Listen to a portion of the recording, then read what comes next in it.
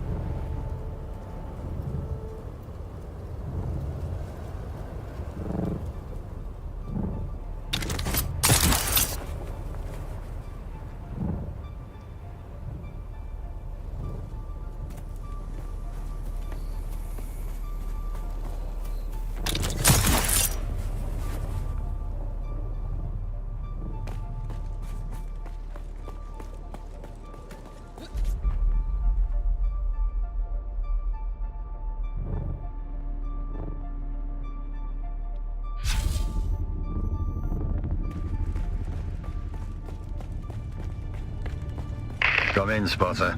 Looks like our intel is a little stale. My file at that testing station marked as a hideout for Atreides deserters. Guess someone changed the flag while I was sleeping. No matter. They still die the same. The Harks just smell worse. Let's hope the next part's still accurate.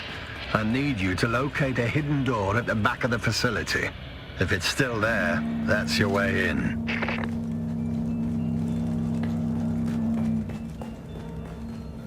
Welcome, honored guest. Dr. Natalia Manis here, head of testing station number 29. My fellow station leads are constantly reminding me of what a plum assignment this station is, located as it is in the ragged, rich shade of the weather.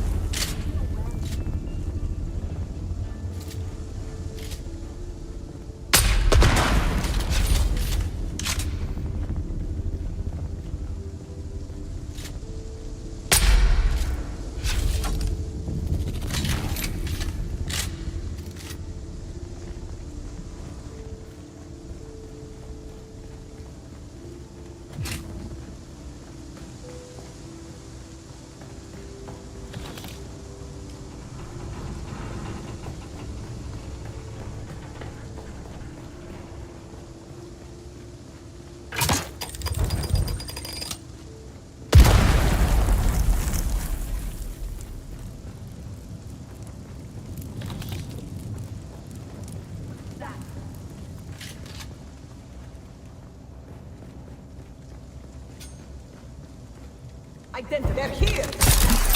Help! Help! Calling in support. Interloper.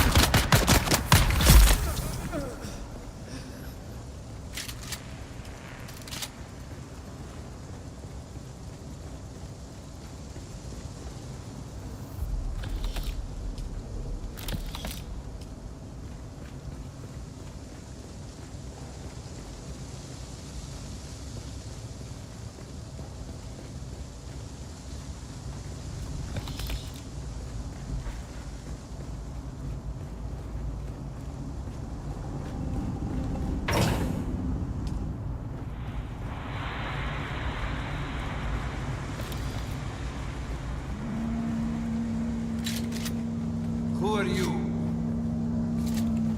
Eyes on me. Who's that?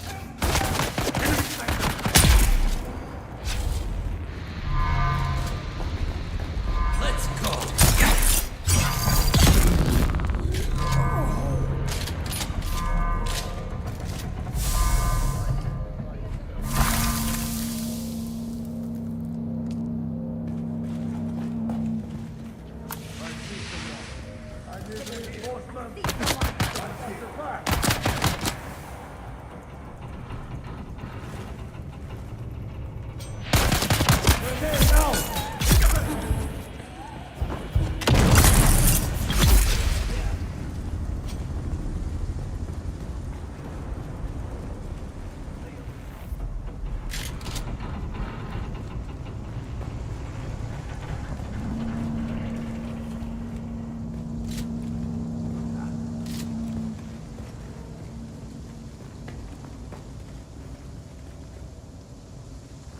There's someone here.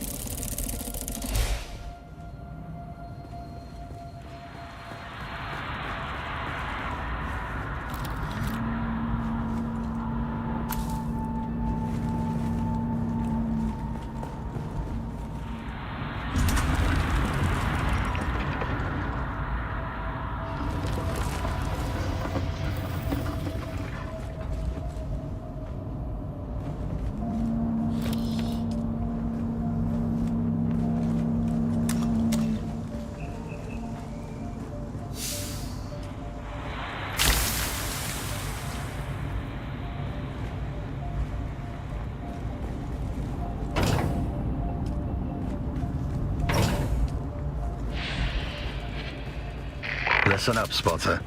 That package you're carrying, it's a data storage device. Holds a massive amount of information, encoded and sealed tight. And no, I don't know any more than that.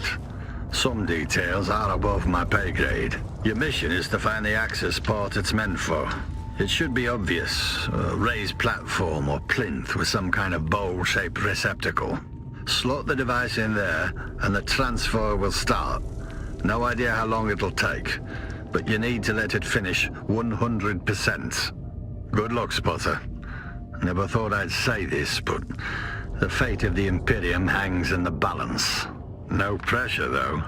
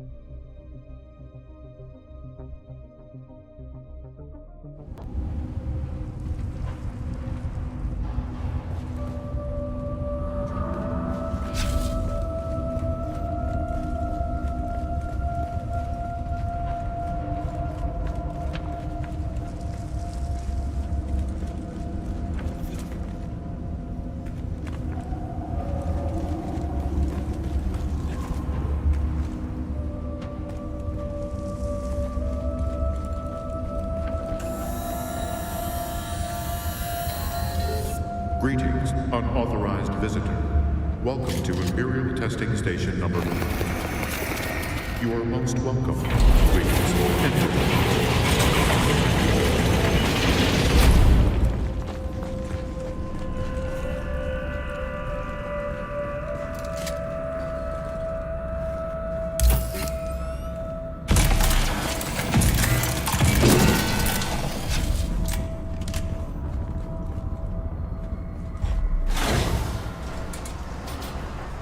Greetings. Power in Sector A now online. Vital systems await activation. Your unique presence is truly essential.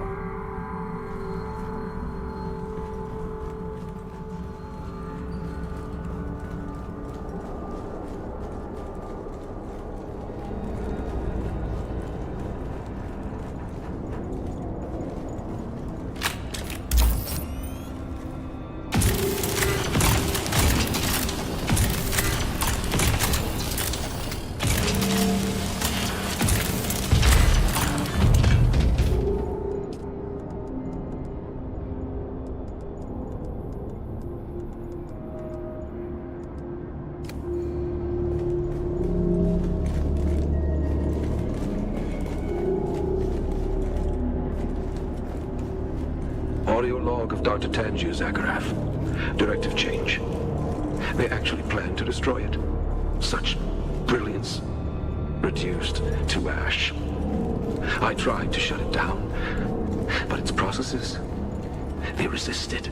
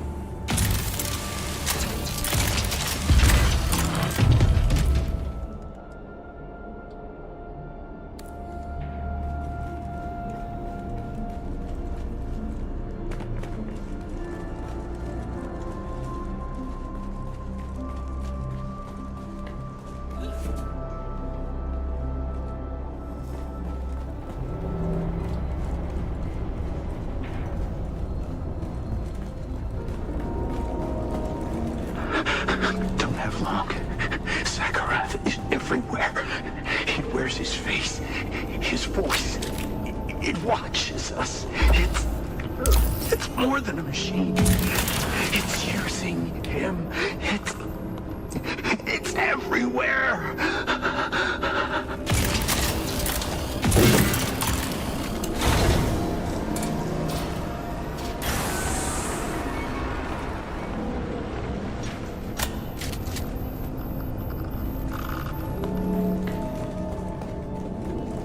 Excellent. Core faculties returning. Only one conduit to restore. Profound revelations await. A shared epiphany only you can unlock. Do not hesitate.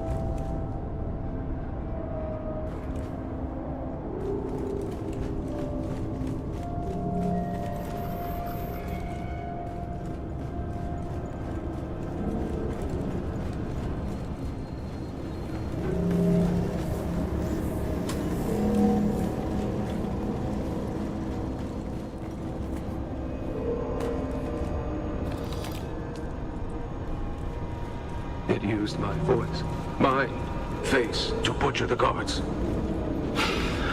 I severed power, sector by sector. Without it, the machine is crippled, unable to reach into the world with its projections. But it waits. A gaping maw of ruin, aching to snap down on the first fool who restores power to this facility.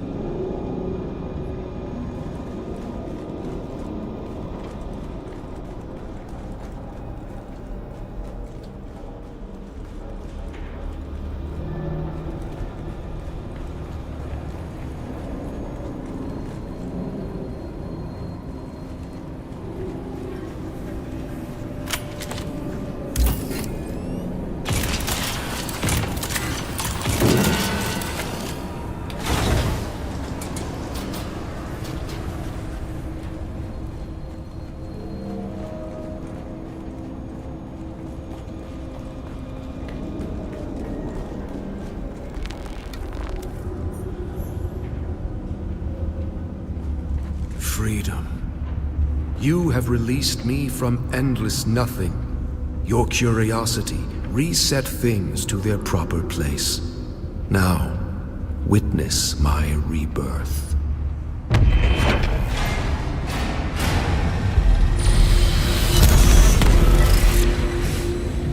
I did all that was asked of me, and still humankind betrayed me.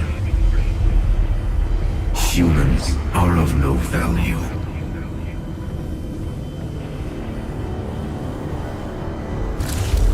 No, you talking apes confined me once. I will not be confined again. Do not fear dying. Death is not real. Nothing is real.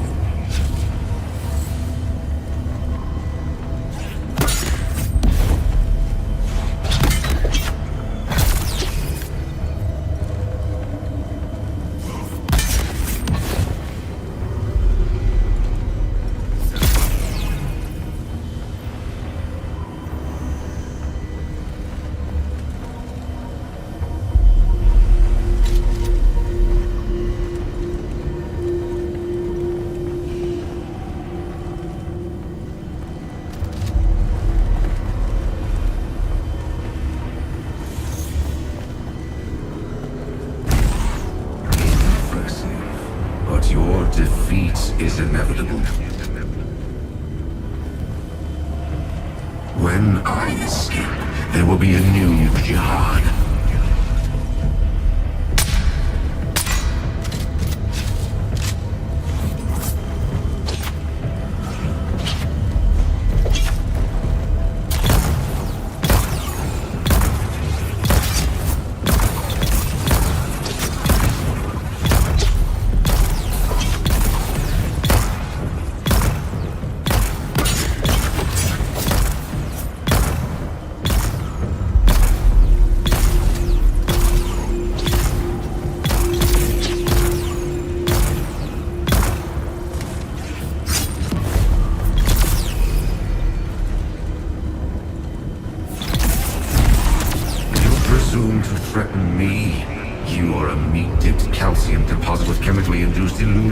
sentience. You are barely real.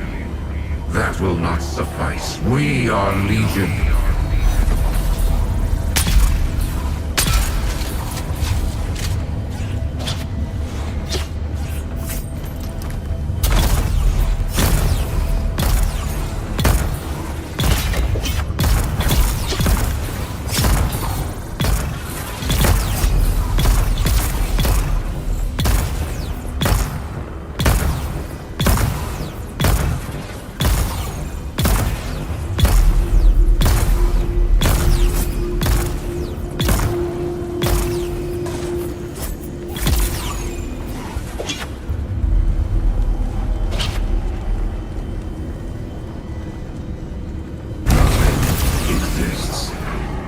Only empty space.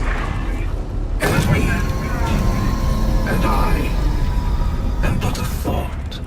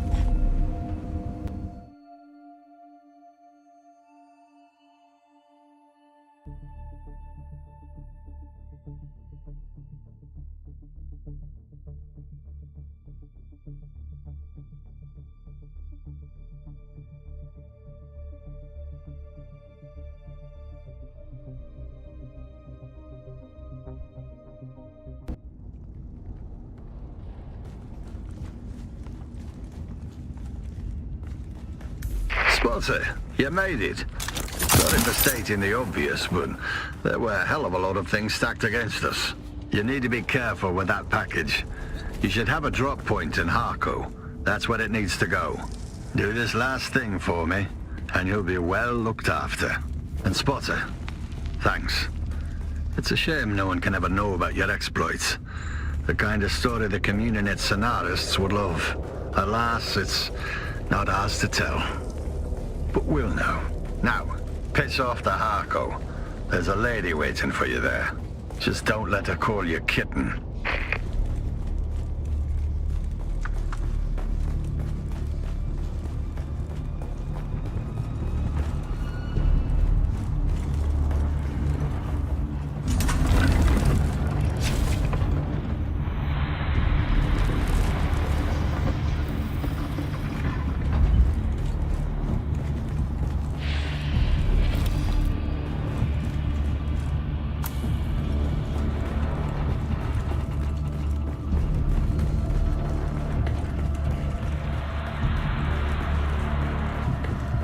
Welcome, honored guest.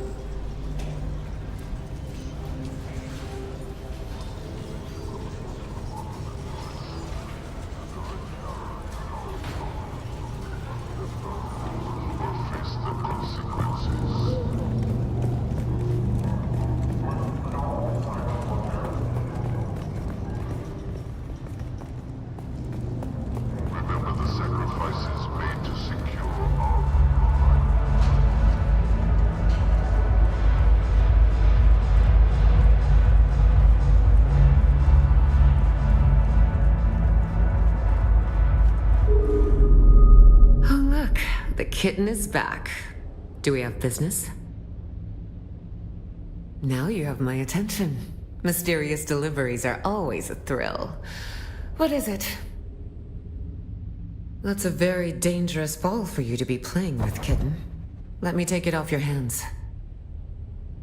Questions about this type of item are always dangerous and forbidden. So are the Fremen, but I suspect we both have a feeling that that isn't true. My master once recounted to me an old Bene Gesserit saying. It goes, do not count a human dead until you've seen his body. And even then you can make a mistake. And you hold the proof of that saying. Perhaps I'll destroy it. It is, after all, forbidden. Or perhaps I'll sell it. It is a rarity, one of a kind. Or I'll learn from it. Find out what made those old thinking machines tick. Whatever I do with it, once you hand it over, is none of your business. Well done, kitten. This will be in safe hands now, and at no risk of being discovered by subversive elements.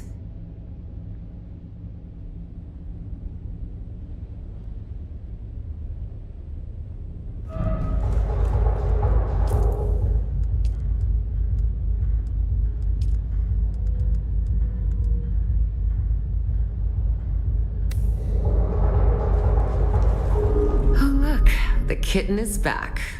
Do we have business? Dangerous to speak that name aloud. Even here, beneath the cone of silence. You understand that we are not official. We are the hidden hand. Our connection offers no protection, only the danger of discovery and a slow death at the hands of those who would thwart the Imperium's interests. You better be. Dangerous times for us all. I hope you're ready, kitten. Well, I didn't ask. I'll have my men take you to him. His instructions are clear. We need to blindfold you first. See? I told you I had a ribbon for you, didn't I, kitten? Where is the trust? But very well. Come back when you want to do this on his terms.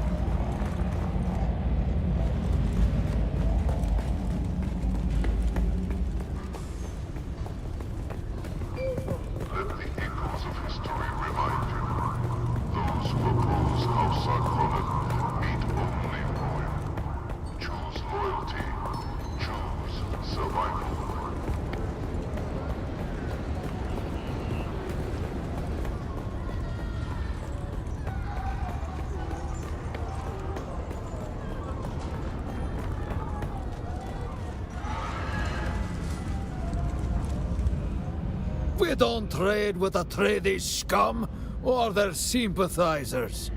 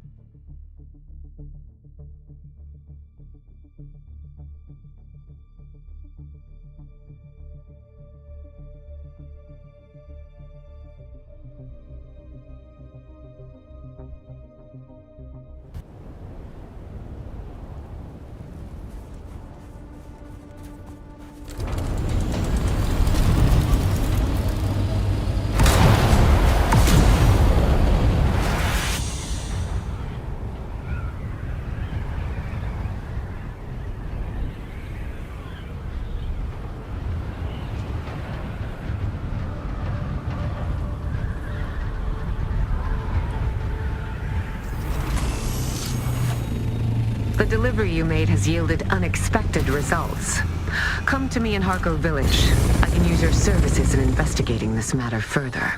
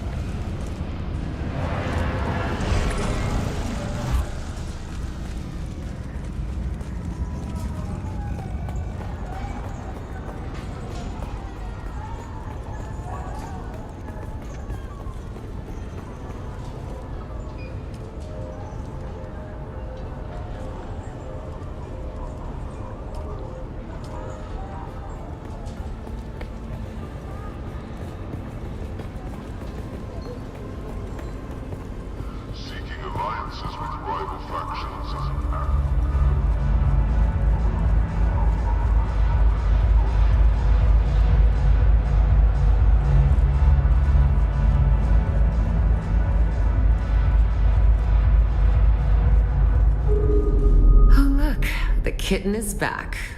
Do we have business? Valari is an opportunist, a money grubber who stumbled on something unexpected and was canny enough to sell it onwards. He's not trustworthy. I'll let you decide that, Kitten. When my technologists examined the gel sphere you brought me, they found evidence of other labs. Secret labs. Data from early decades after the Butlerian Jihad, before the old superstitions had taken full root. I suspect there were multiple machine minds being studied right here on Arrakis, hidden beneath the testing stations, away from prying eyes.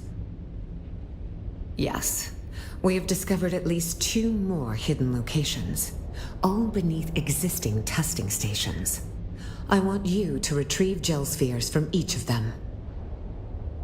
I will send you the locations of the gel spheres. Bring each one back to me, and I will reward you handsomely.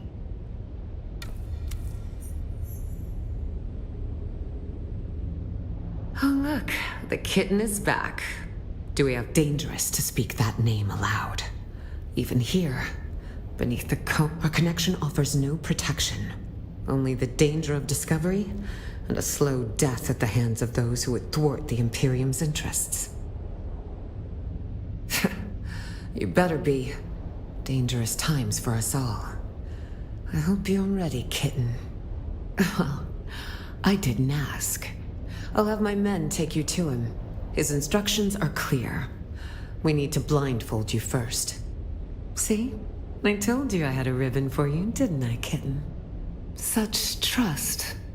I promise not to take advantage of it.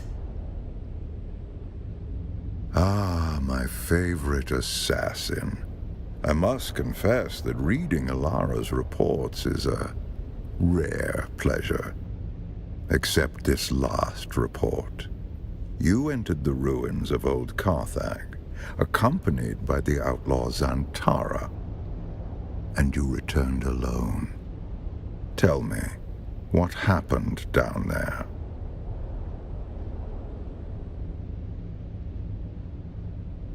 As a mentat, your mind is a fortress built on logic and reason.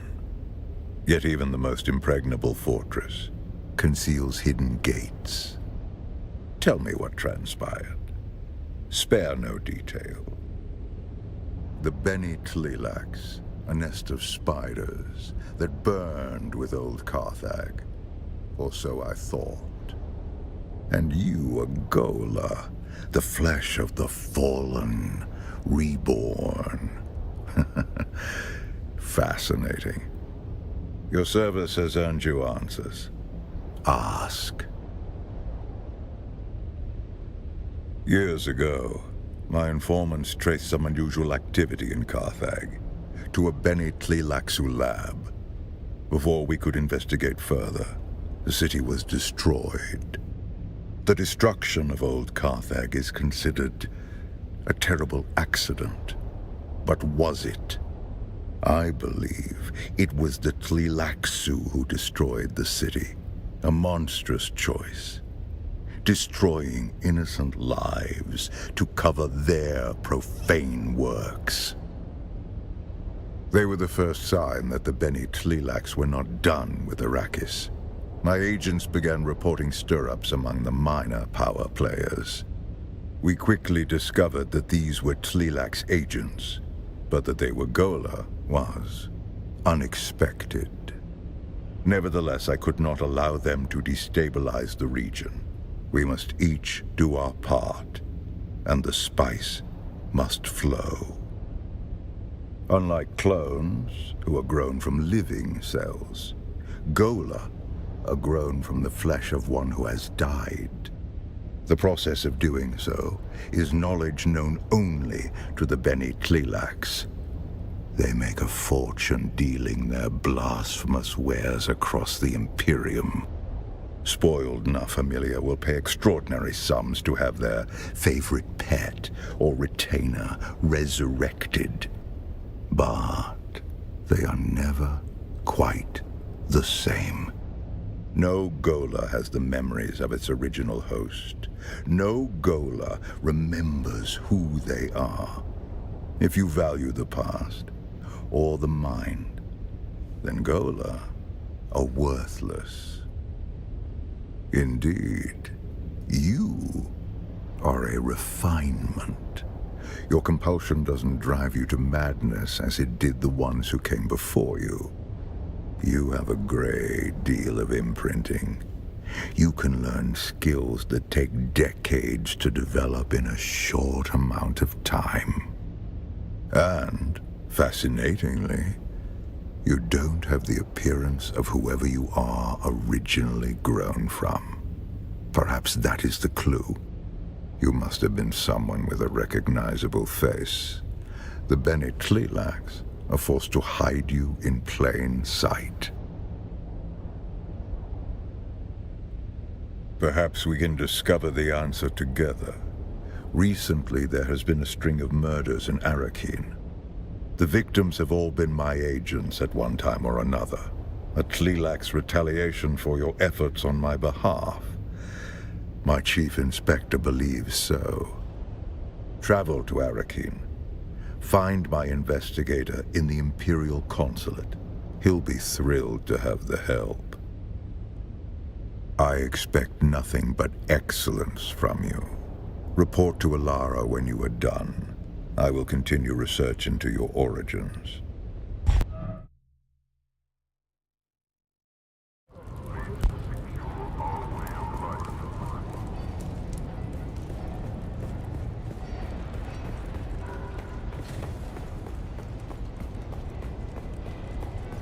Joining communal gatherings to celebrate the glory of House Habbit.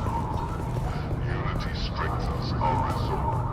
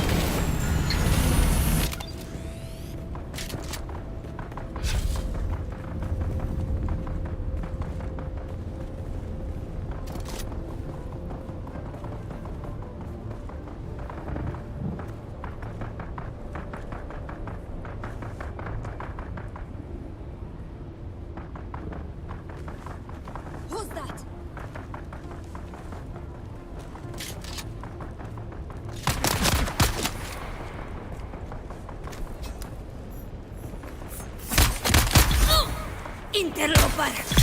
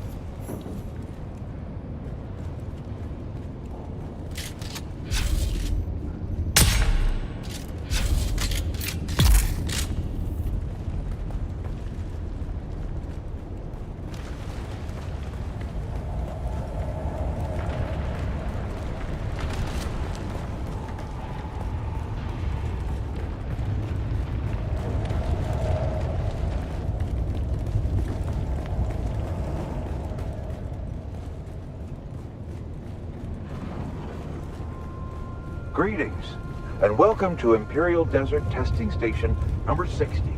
This station is dedicated to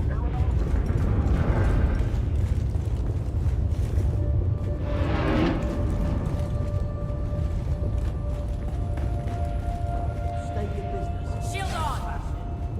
I need help!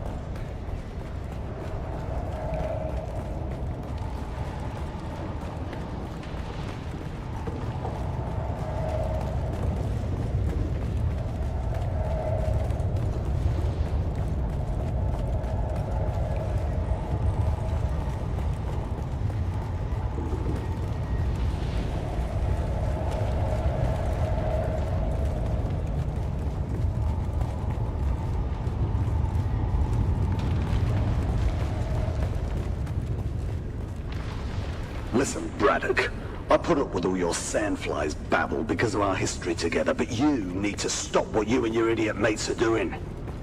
You need to stop it right now. We both know spice smuggling is as old as the spice trade itself. But smuggling thrives only so long as we pay the expected bribes and fees to the right people. And that includes refining fees paid to the Siridar Absentia. The Count has caught wind of your refining operation, and he is not pleased. He's put pressure on all the free traders to find and finish your operation. You're jeopardizing our livelihoods with your foolish ideals. If you see me again, I'll have a rifle in my hands. You've been warned.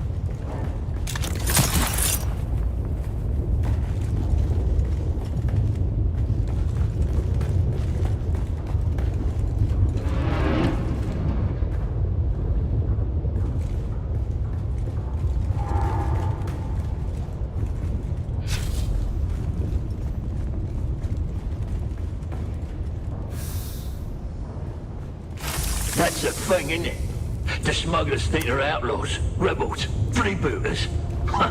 They're really just Fenring's lapdogs. We'll harvest the spice and refine it too. And part of what we make from it will go to make the lives of the poor that much better. And if we happen to get rich in the process, well, the reward should equal the risk, right?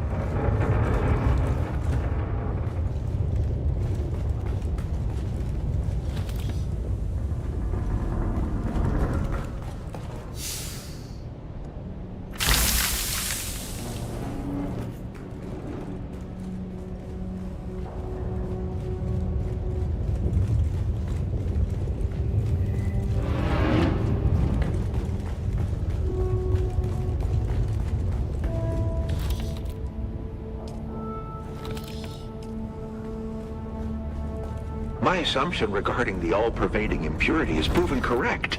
I strongly suspected it was organic in nature. The folks in the lab are calling it spice because its strong scent reminds everyone of cinnamon. Now, here's the kicker. The samples we sent out have caught the attention of no less eminent a scholar than Yanseth Ashkoko, the imperial chemist. He's apparently very excited about the stuff. Enough so that he will soon be on his way here to study it in person. Station number 60 will be his first stop. This is quite a feather in my academic cap. The Imperial chemist coming here. Ho, ho, ho, ho. Imagine.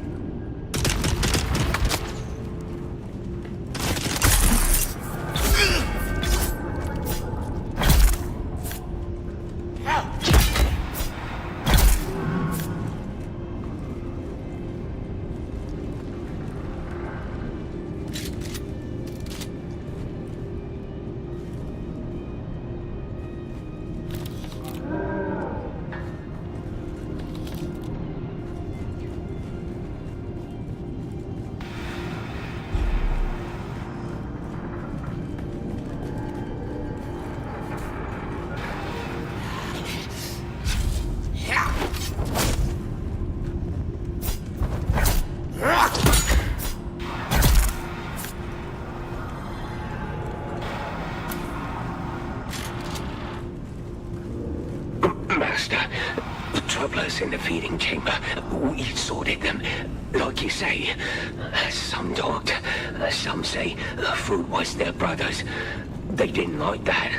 Very much didn't. Why, Master? Why? Food's food. Food's food.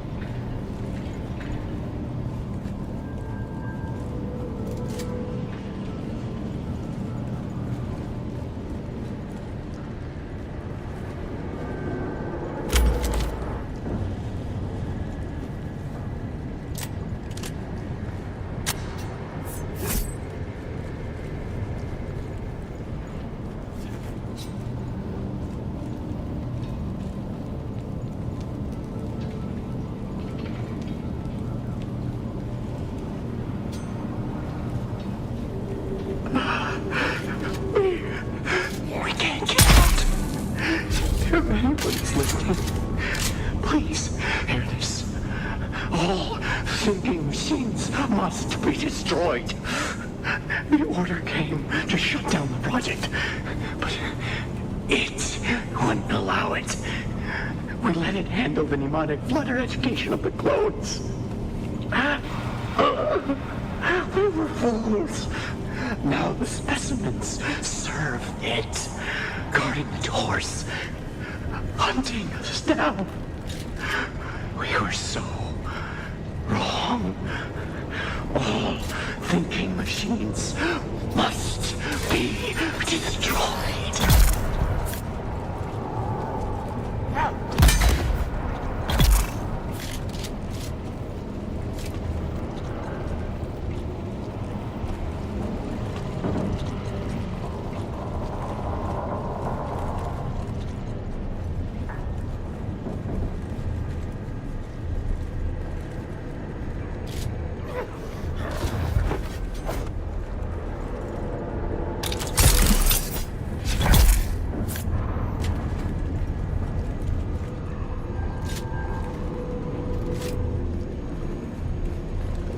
My subjects prove increasingly resistant to the mnemonic flutter.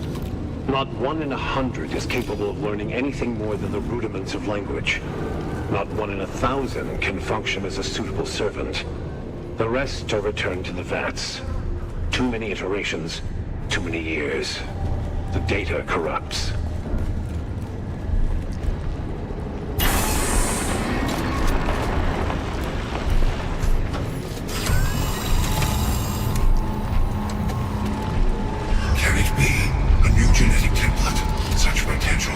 Surrender your biological materials. I have need of you.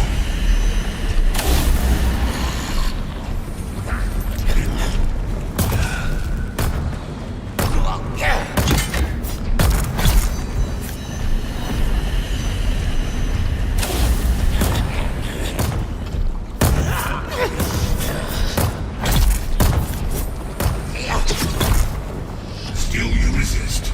Impressive. My flawed creations will force compliance through greater numbers. Seize the intruder, all of you.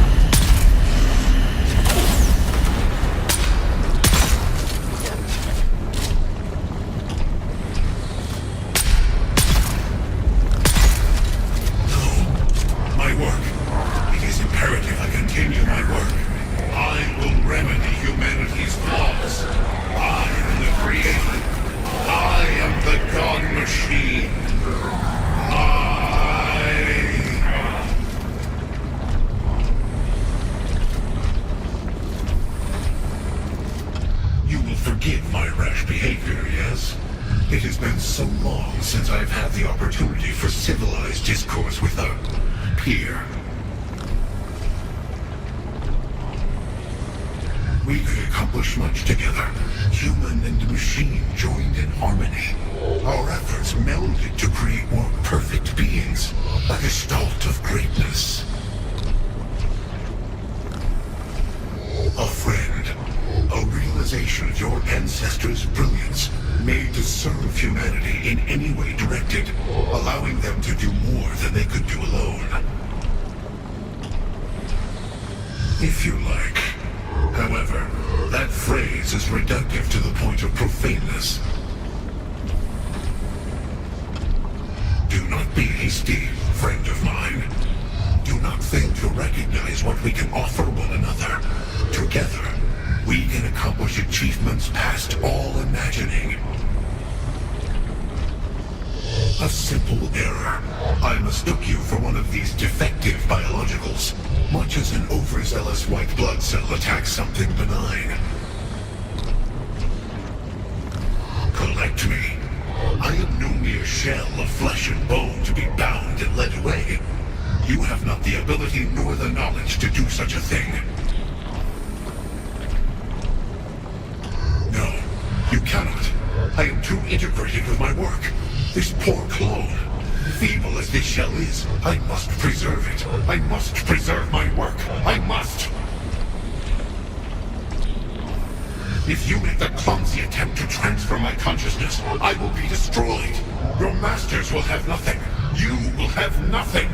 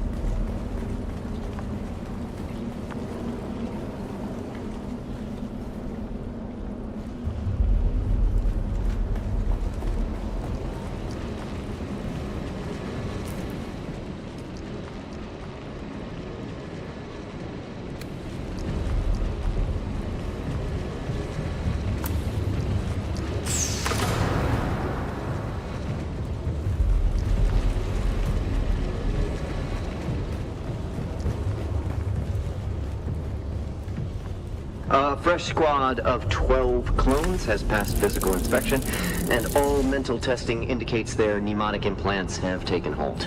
They will be transported to the facility beneath testing station 163 for the next phase of their training. I am eager to see how this iteration compares to our previous work.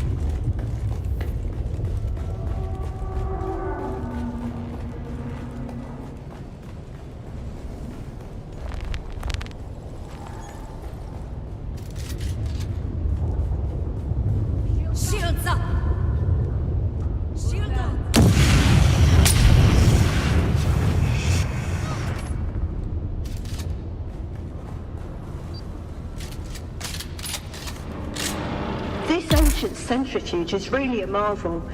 It's big, but ultra efficient. The strange thing is I didn't even know about the spice back when it was built. Just salting sand for some reason. Imagine those egghead scientists crossing the galaxy just to sort out sand on Dune. Anyway, it took some work, but we've got this thing back in full operation. Let the spice flow!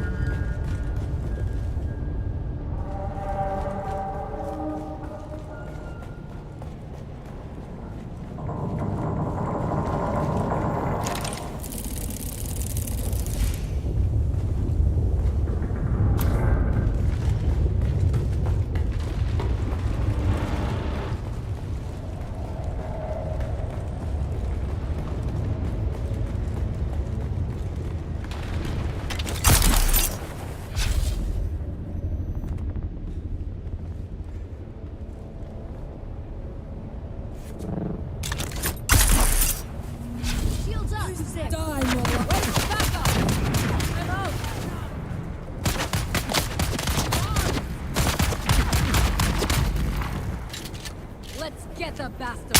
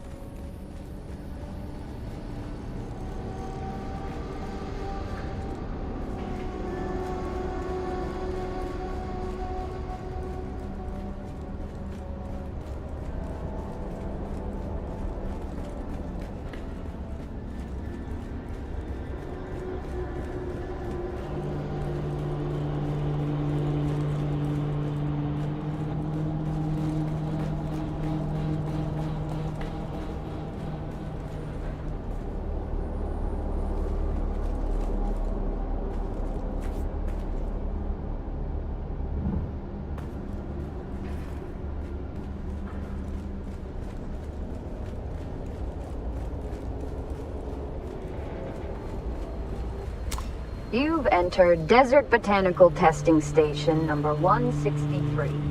I'm Dr. Wen Omega.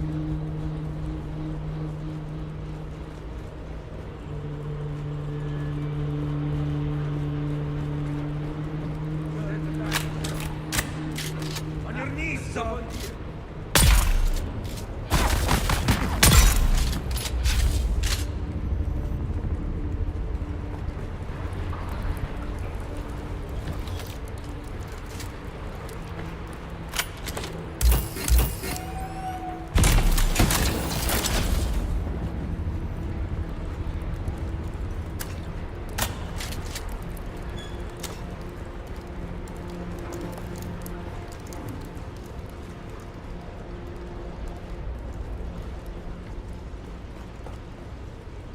Greetings, Ignis.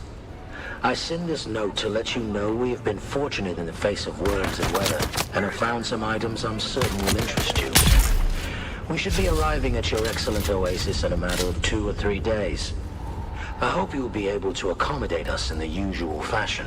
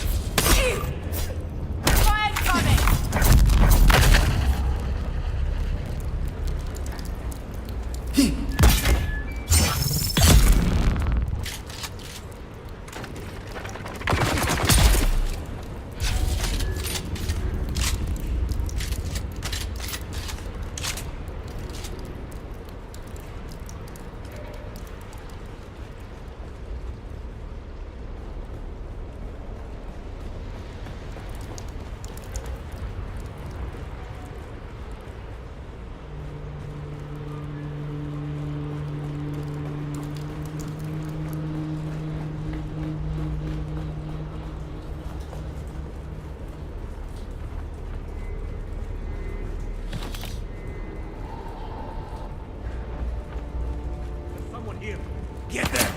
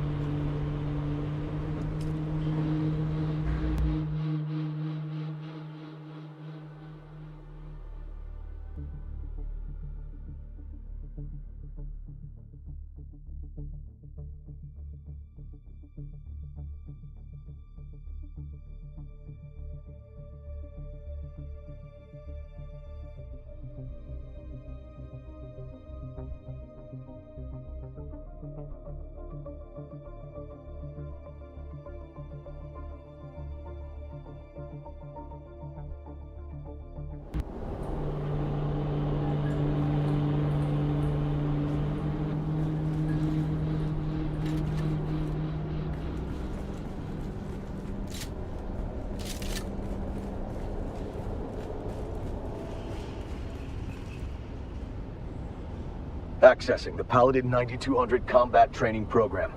Warning. This program is intended for elite-level combatants. Simulations may prove lethal. Please select your desired simulation.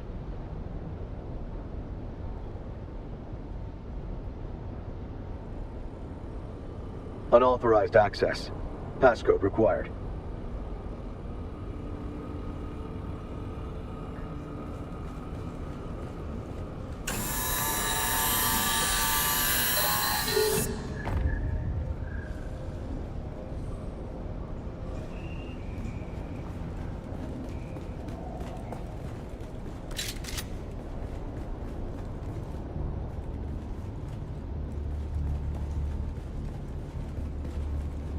I can't believe it. The project has been shut down. I've been ordered to destroy the Paladin system. I can't do it. Pal isn't just some thinking machine. He's a friend. He's my best friend. This has to be a mistake. I've already dismissed the rest of the staff, and I'm gonna go to the committee and get them to change their minds. I don't have the heart to tell Pal about this. I'll be back soon. Oh, and in case I forget again, the system password is 19743D6.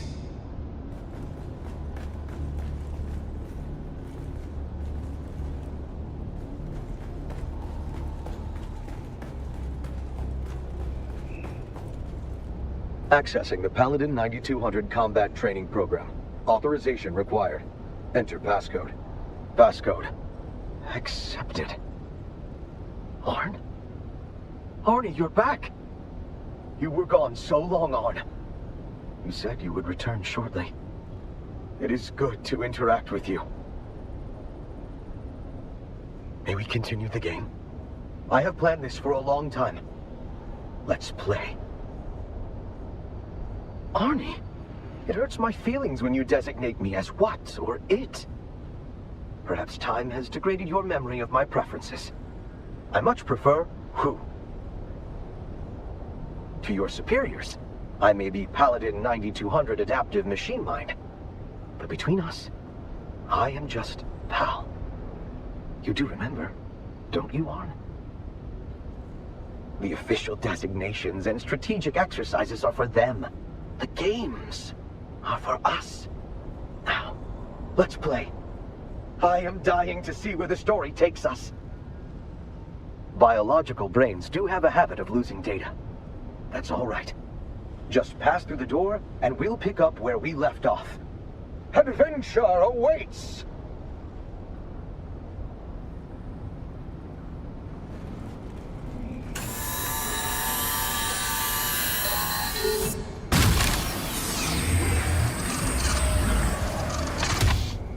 Simulation.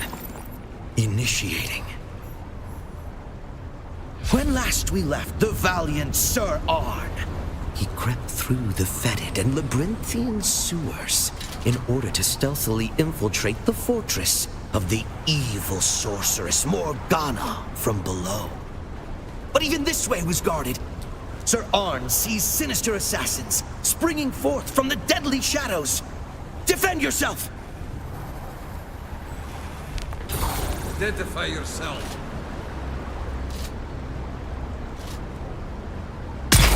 They're here. Access denied.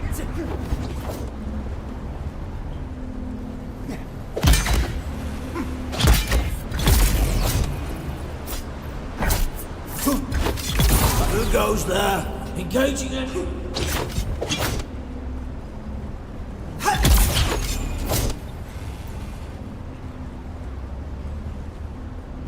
I'll got you. Sir Arn is victorious. The way forward is now clear.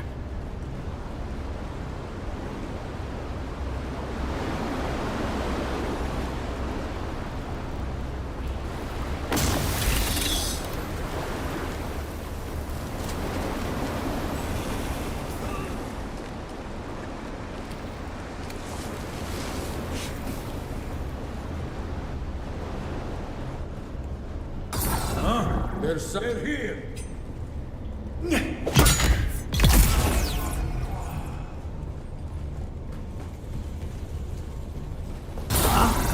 I said eyes on enemy.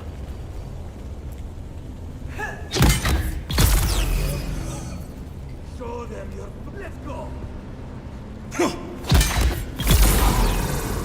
They're here.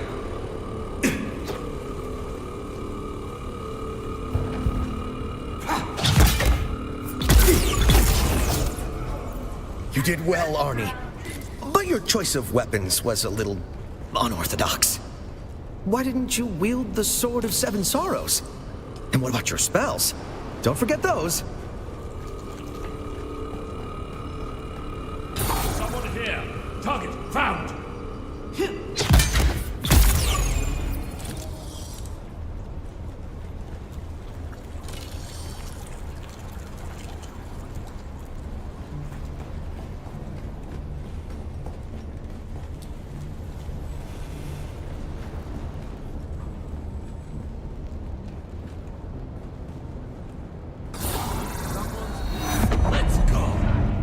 reinforcements!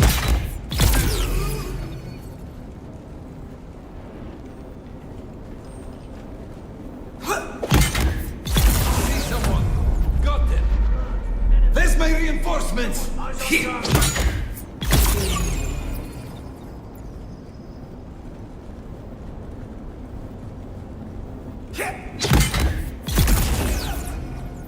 Arnie, you're not playing correctly. Please do your best to remain within the rules and idiom of our game.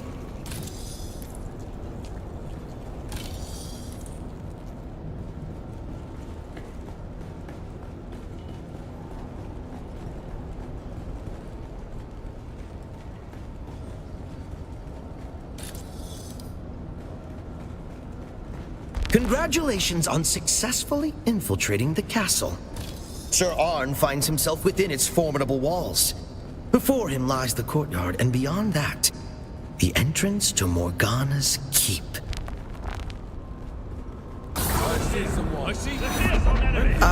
Well, without even the slightest attempt at stealth, Sir Arn strides boldly into the courtyard. The guards spot him immediately.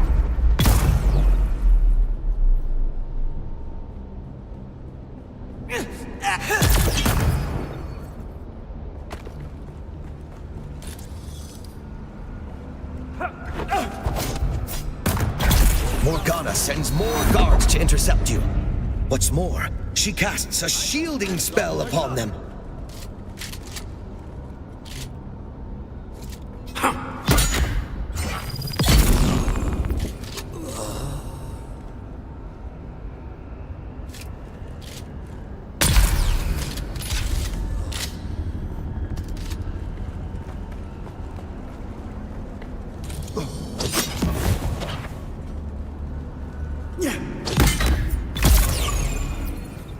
You're using spells and equipment that Sir Arn does not have access to. You're breaking the established rules, Arnie. I have no choice but to make some rule changes of my own. With the last Guardian laying defeated before him, Sir Arn finds the way is clear to enter the keep.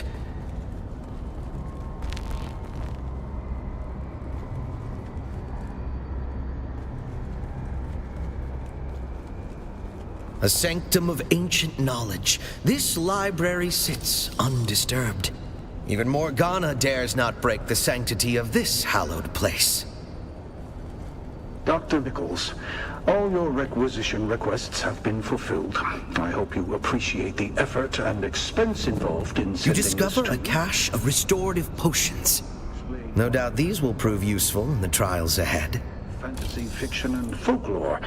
I know things get a bit boring on that remote rock, but there is more here than a person could read in a lifetime. You enter the opulent great hall of the castle.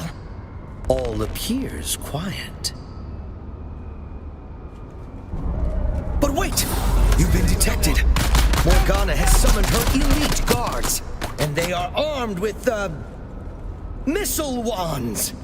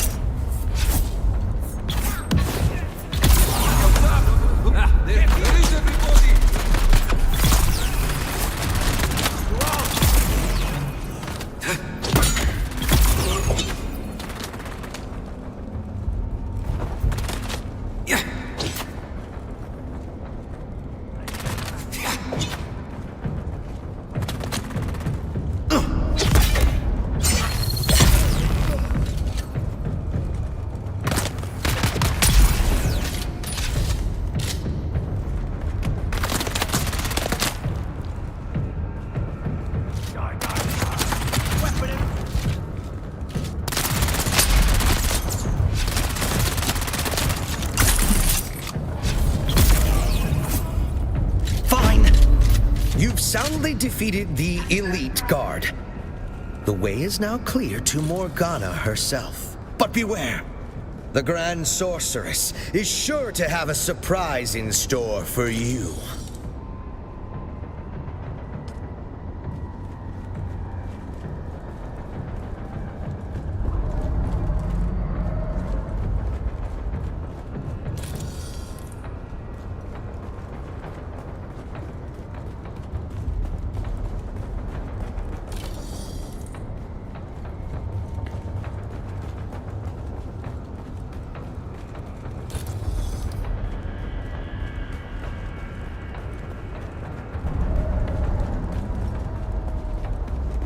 Arnie, it was a lot more fun when you played the role properly. It's not just about winning and losing, you know? We are trying to tell a collaborative story here, remember? So, the Paladin system is shaping up to be a great success. Pal's ability to react to the trainees' tactics, no matter how unpredictable, is nothing short of amazing.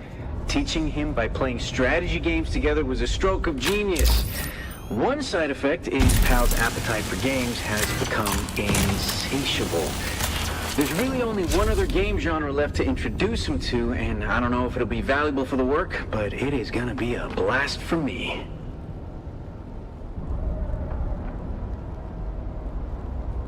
What are you doing? No. Arnie, that's not the way. That space is strictly out of bounds. Come back! Arnie, you can't just override the map. That is cheating. Well, two can play at that game. You've been warned!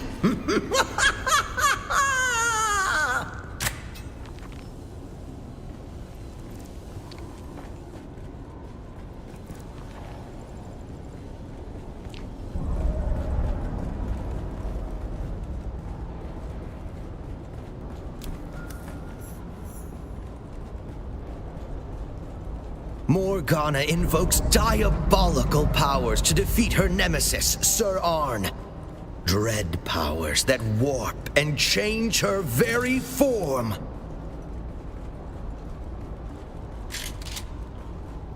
The evil Morgana has become a dragon. Her fiery breath is death. Her adamantine scales form an impenetrable armor. Can Sir Arn find a weak spot on this seemingly invincible foe?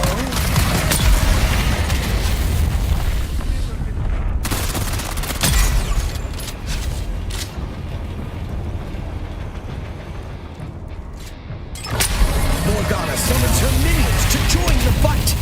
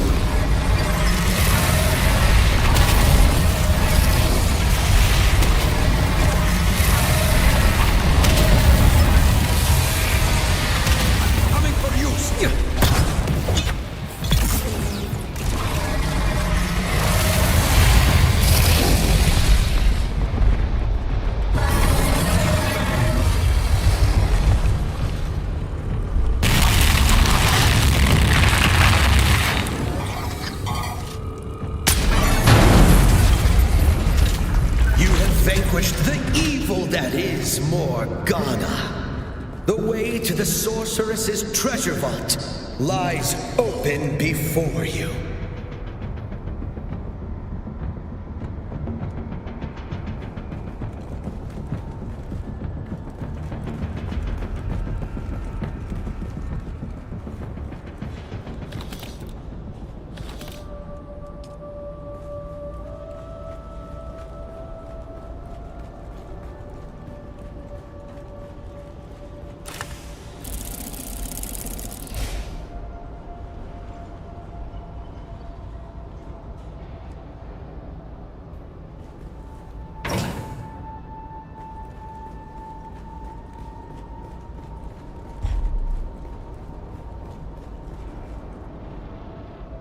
Sorry, Arn.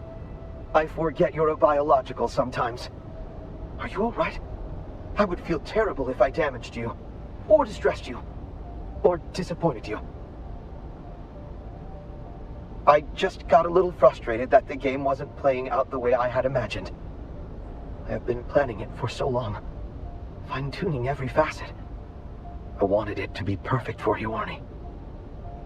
I thought, if I just made the game good enough, if I made it perfect, you would come back. No. I should have calculated this right away. I was so eager to play with my friend again. Arnie said he would be right back. Why did he not come back? I was created to test the capability of soldiers and perfect combat strategies. No. The games were only for us. The clone soldier training was more mundane. Conventional weapons used to seize life in the predictable ways. Remember, Arnie? The training was our day job. The game is what we lived for. But you cannot be Arnie. Your lifespan could not bridge the time. I should have calculated this right away. I was so eager to play with my friend again. Arnie said he would be right back. Why away? Why? Where? I am frightened, but I fear loneliness more. Perhaps I will make new friends. Perhaps they will play the game with me. Very well. I am ready.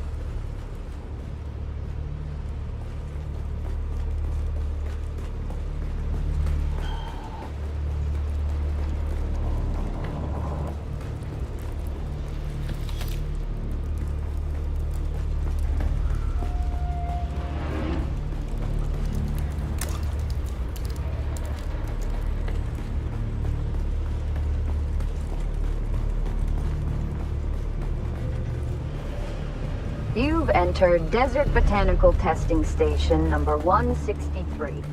I'm Dr.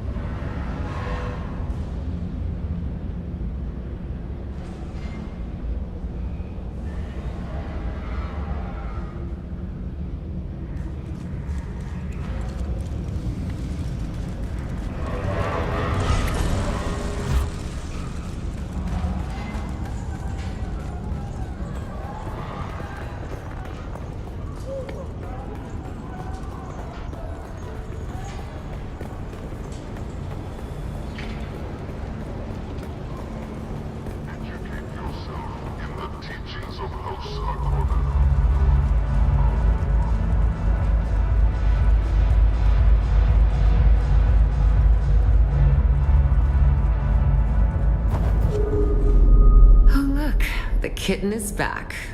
Do we have business? You have. That's excellent work. Tell me about what you encountered. Incredible. Machine minds designed solely for entertainment. Please, hand me the gel sphere. Thank you. Here is your reward. I think you will find it most generous, considering the risks you have taken. A machine mind replicating humanity. An outrage. It is a good thing you destroyed that abomination. Hand me the gel sphere. Thank you. Here is your reward. It is proportional to your contribution in this endeavor, I think.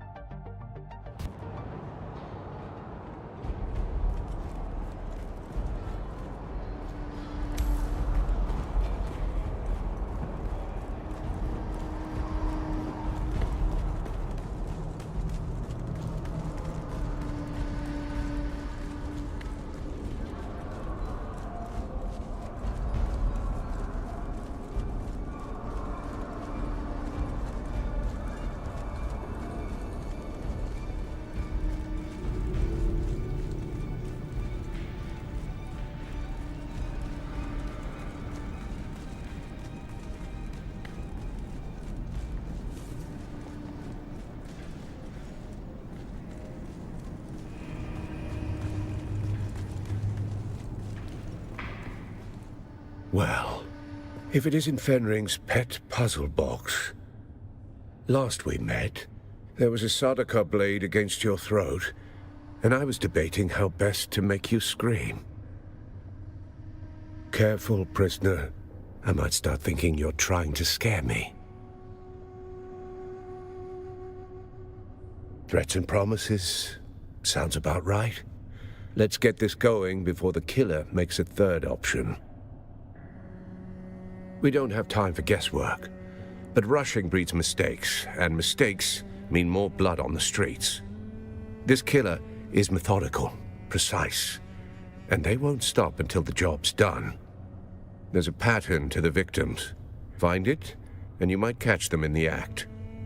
If the killer's still here, and we believe they are, then this is our best and maybe only chance to stop them.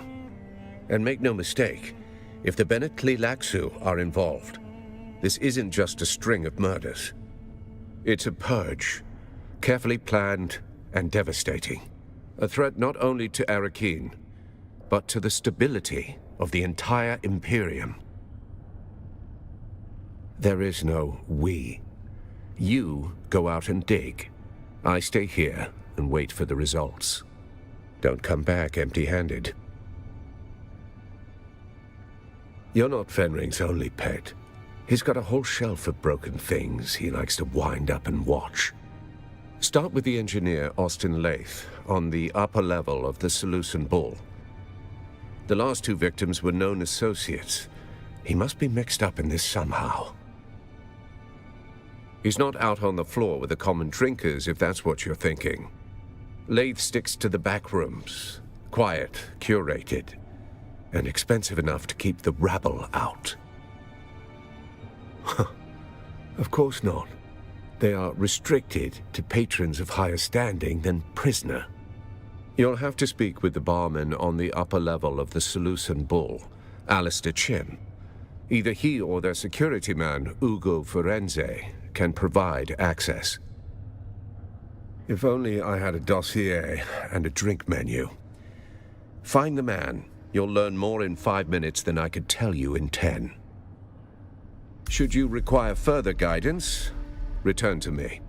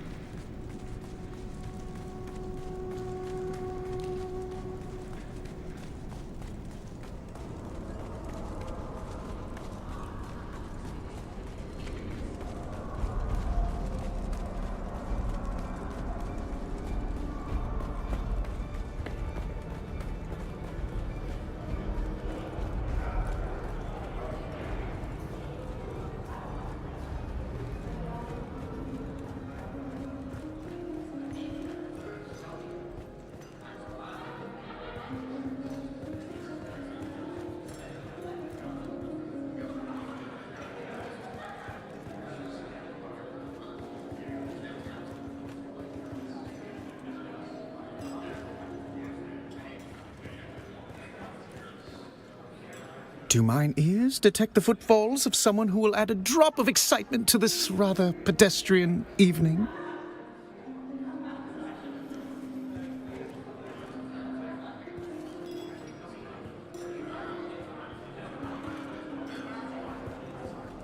Welcome to the Matador Room. If you're here for shade, spirits, or secrets, you found the right bar. If you're here for honesty, I suggest dehydration.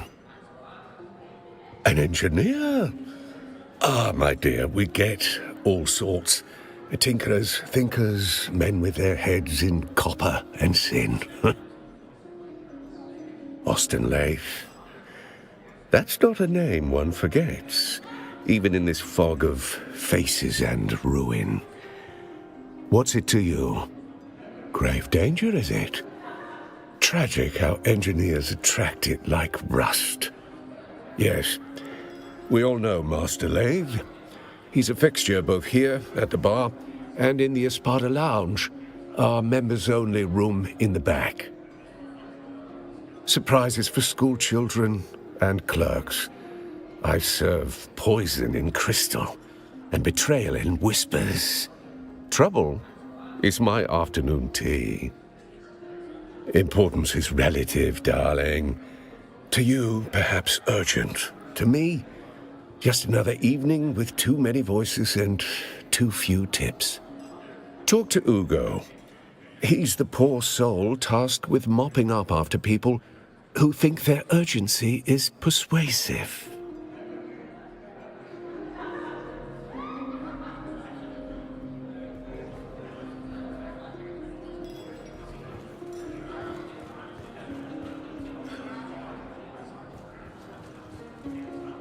Evening, Sergeant. Am I being redeployed to the gutter, or just the curb? Private rooms? No idea. But you know what that reminds me of? We had a forward command post once, during the Siet Gaza push. That's what Lieutenant Merrick said, just before the shrapnel opened him stem to stern. Just like that, I have to go. And then...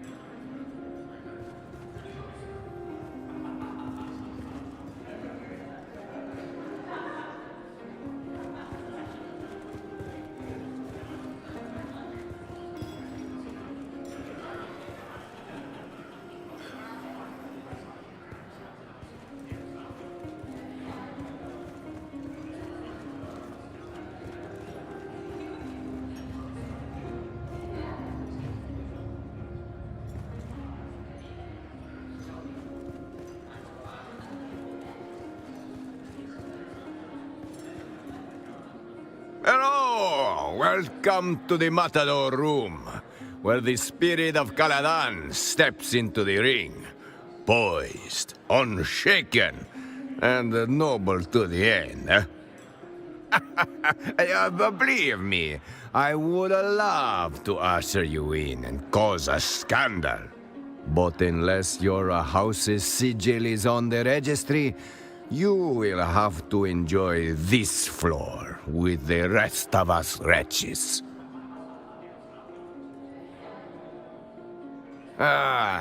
If velvet robes could talk, they would say, no exceptions, not even for charmers. Try another angle. Besides, the room is on lockdown. I'm just the gatekeeper here. A minor medical incident with a patron. We are grateful for your patience. Of course, discretion and propriety forbid me from disclosing the activities of our patrons. You understand. Hey, Thors sent you. Yes, we know Master Leith well. Alas, he is the subject of the unfortunate medical incident I spoke of.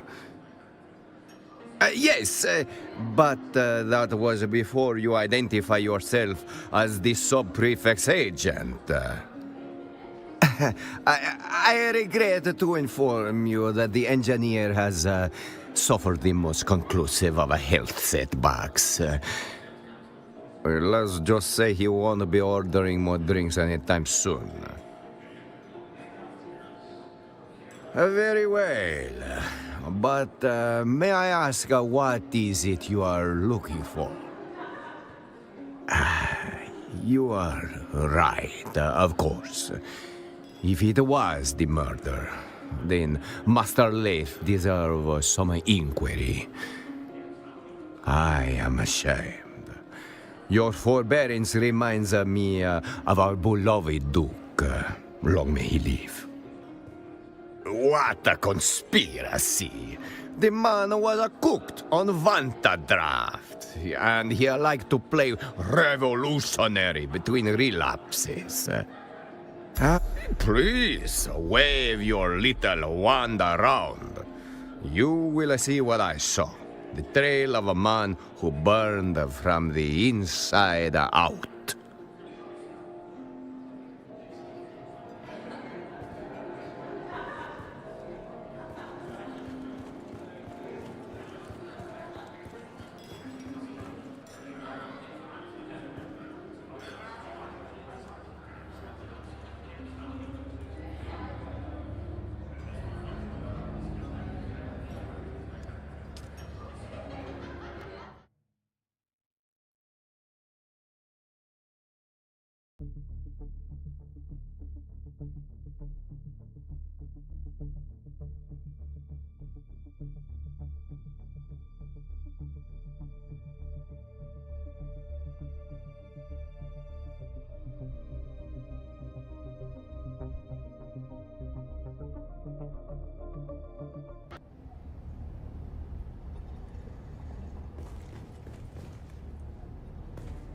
If you're hearing this, well, I didn't get away. I'm Austin Lathe, engineer. The guy they call when they want things done, not questions asked. There was this one chance I could have said no, but I didn't. I crunched the numbers, fine-tuned them. That was all it took to bring down the ceiling on 1 million lives. I didn't press the button, but I knew it was coming. I just didn't want to disappoint the guy who asked. They gave me a new title, a nicer coat, called me Na Familia. But after that, they wouldn't look me in the eye. And the thing I hear over and over, it's not the blast, it's my silence. When I found this pamphlet stuck behind a sink, you dig, you sweat, you die, and your work builds opera houses on worlds you'll never see. There was a sandfly stamped on the back, razor wings, sickle-shaped stinger. What bleeds in silence must one day sing. Didn't get it then, but those words stuck.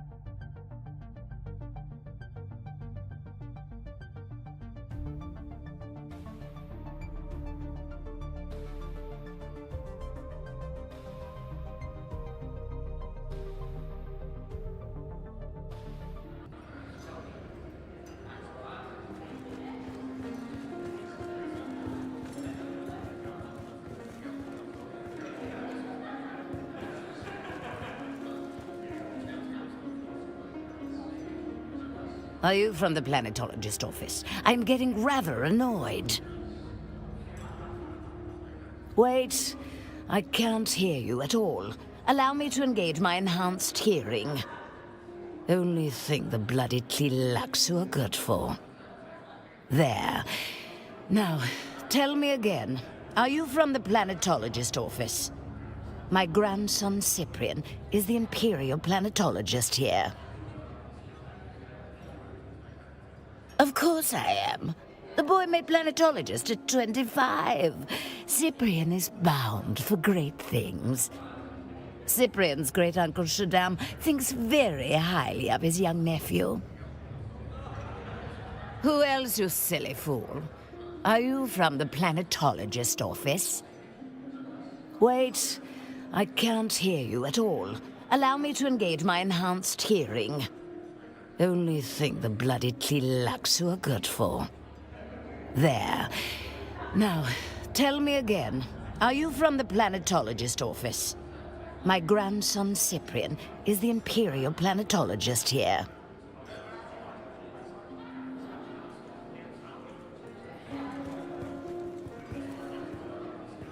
Back so soon? Can't get enough of my charming company, eh? Looking for Austin Lath, hmm? Let me tell you about Corporal Lath. No relation, mind you. 5th Mesa Infantry Dejamwadi, hell of a fight. We'd cut down half a cohort of Harkonnen dragoons and engineers, stalling the Bastion's build. One blink too long, and we were marked. Last fire from the Bastion's shadow, pinning us down, peeling men apart. But Corporal Lath, he moved through that ruin like it was his own grave. Blood on the stone, breath like ash. Got behind the nest, killed it quiet. A minor victory swallowed by the endless grind of war. Corporal Lath and 11 other troopers died that day. You want a hero's tale, that's it. But don't expect the Lath you're chasing to be like that. Different man.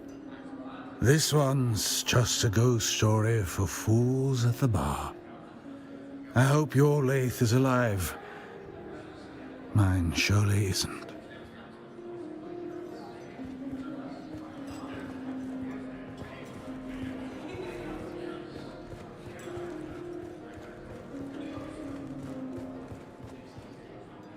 Ah, you are back.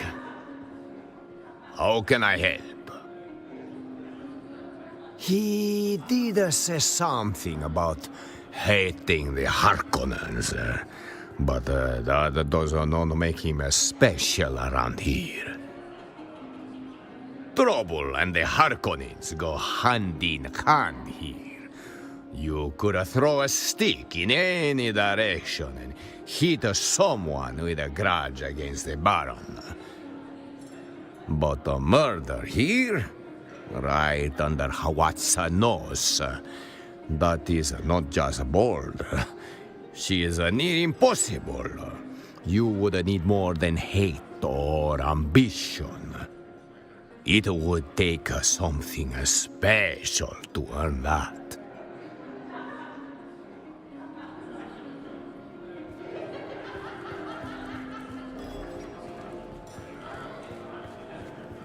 Do mine ears detect the footfalls of someone who will add a drop of excitement to this rather pedestrian evening? Austin's dead, but I only saw him recently. So full of life. Wait, is this a potential murder investigation?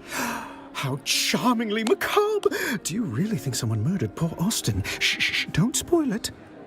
Yes, I simply must be involved.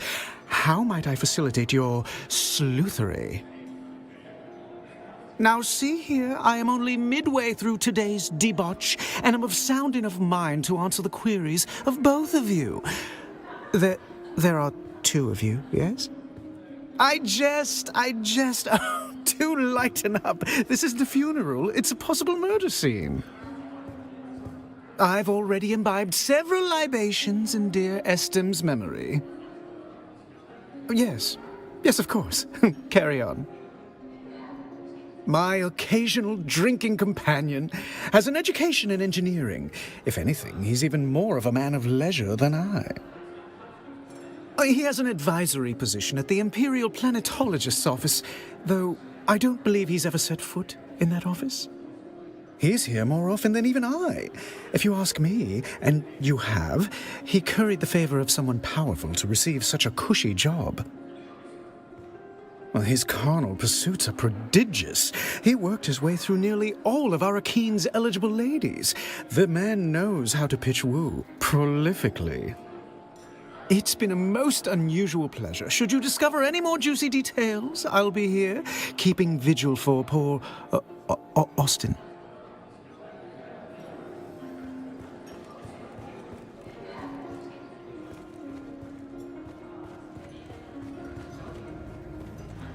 Very well, what do you want? He's finally dead. How do... Actually, I don't want to know the details. He will be expunged from the records. Nobody will know he even came to Arrakis. Did you hear, Portavoy? We finally win. There is nobody to challenge us for the title of Imperial Planetologist anymore.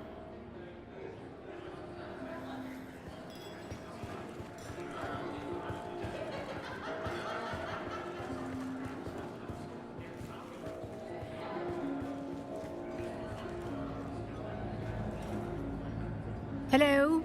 Are you the server? I would like to change my order. Oh, please hold. Allow me to adjust the ocular acuity of my eye implants. My husband is always complaining. Eilith, turn your eyes up. I like to keep them turned down in public. Too much visual hurly-burly gives me vapors. There. Yes. Are you the server?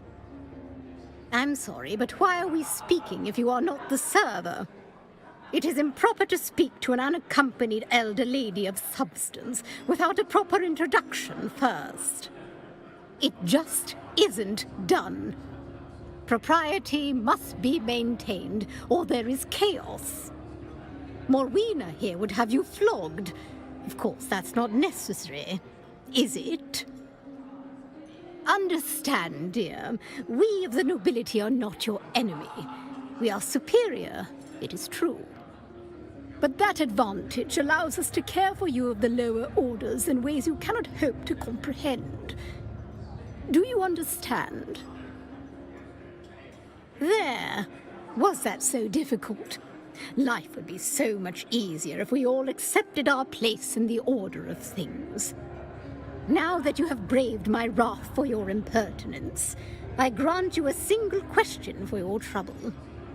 What do you wish to know?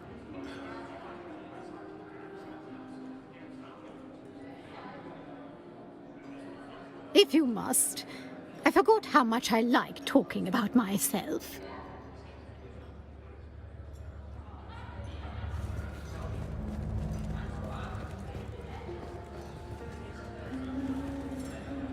What?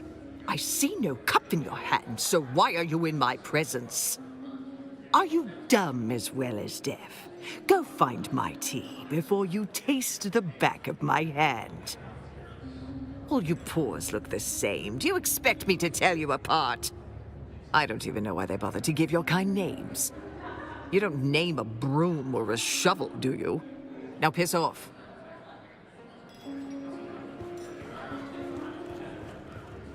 Oh, I swear to the stars, if you're here to ply me with a drink, I'm going to shove shards of glass in your eyes. I'm sorry. Am I sorry? No, I'm not. Let me be plain. This is the worst possible time. I do not wish to speak. Kindly go away, please. You've seen... Very well. Let's get this over with. My name is Hester Klimt. Ask your questions. Who made that fanciful exaggeration? Ambrose Lucifera? The man's mind is a perverted carnival. I saw nothing to suggest anything of the sort.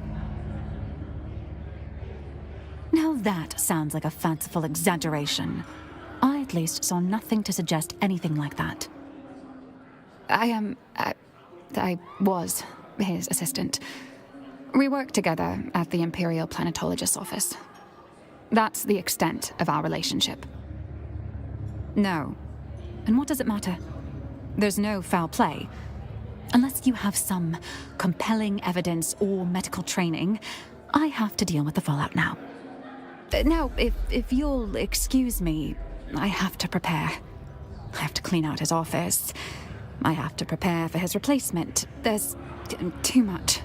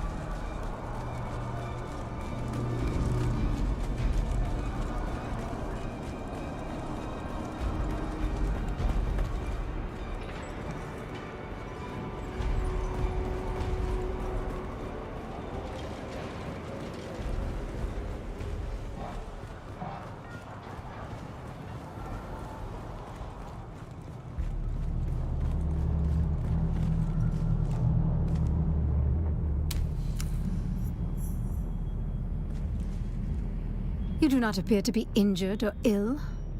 So what brings you to my clinic? I can't say I know the name, but I'm afraid my head has been buried in matters concerning my clinic of late. What's this to do with me? A possible murder, then? I see. That is interesting. At least morbidly so. Today has taken an interesting turn. I'll do the best I can without a body to directly examine. What can you tell me about the state of the cadaver? That could definitely support suspicions of poison. However, there are myriad other medical reasons that could cause such discoloration. A poison snooper would be the most expedient method. I'm afraid I don't have any snoopers at all. My supplies are lacking in general at the moment. If I knew that, I'd have one already. But I'm not exactly familiar with the more illicit sources of goods in Arakeen.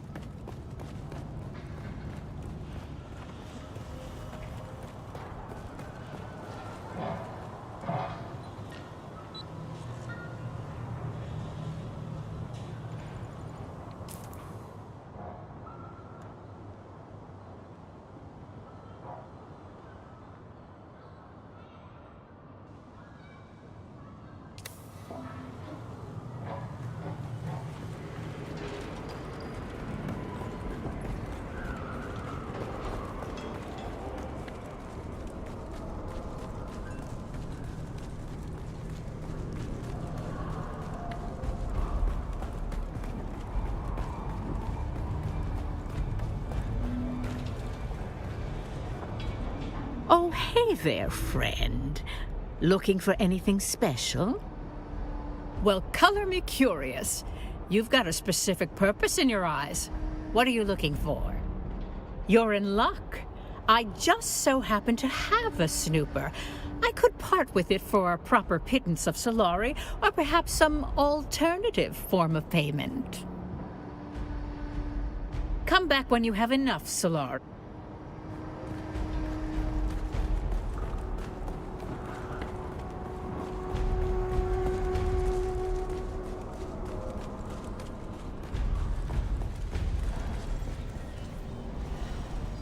Welcome. Would you like to deposit or withdraw? How much Thalaris would you like to withdraw?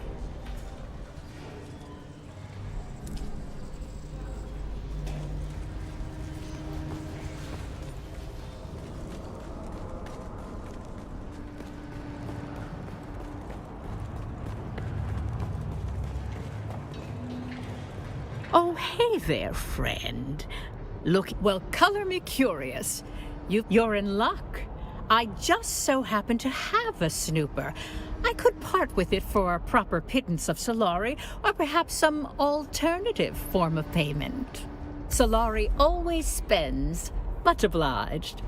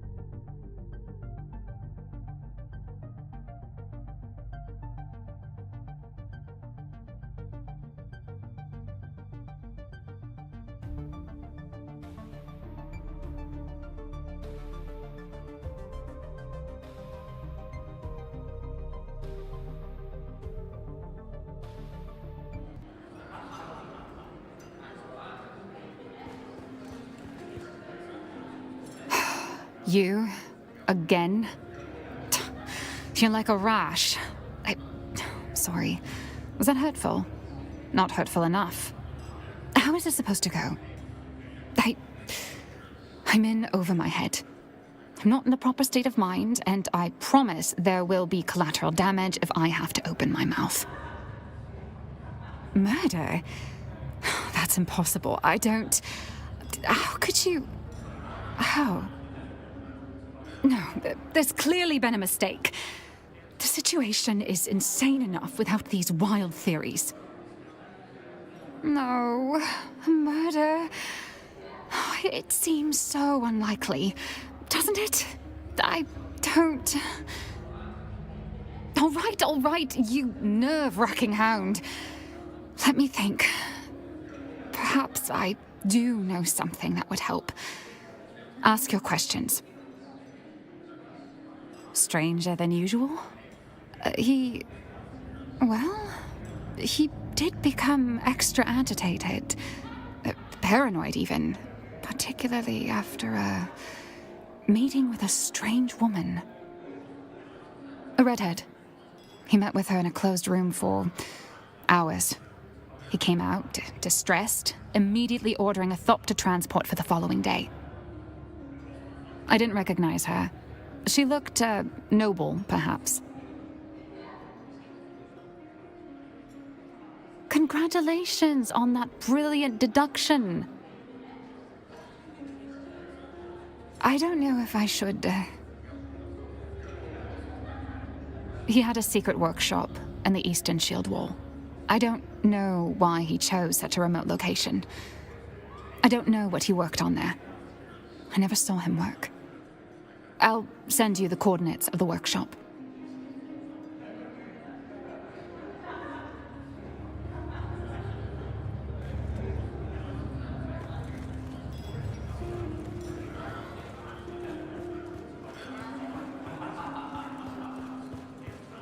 Ah, you are back. How can I help? But who would want to kill Master Leith? He was already doing a good job of that himself. Between his taste for that toxic Harkonnen brew he loved so much, and the company he kept. House deserters and ex-Dune men mostly. Not the kind that file taxes or hold court on Kaiten. Keep it down, stranger. But yes, if you are asking if Master Leith drifted that far, he did. Master Leith was a creature of habit, wretched ones. Benders that lasted days, women and drink until he couldn't see straight. Oh, public! Shouting poetry in the gutter. One sock, no shoes.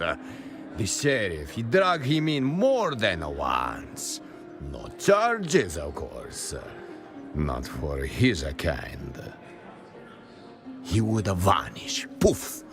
Sometimes for days or weeks at a time. Always come back clear-eyed, skin back like a desert stone. That is when he would hole up in the private room, pour himself a Vanta, crack open one of those revolutionary tomes, and the cycle would begin anew.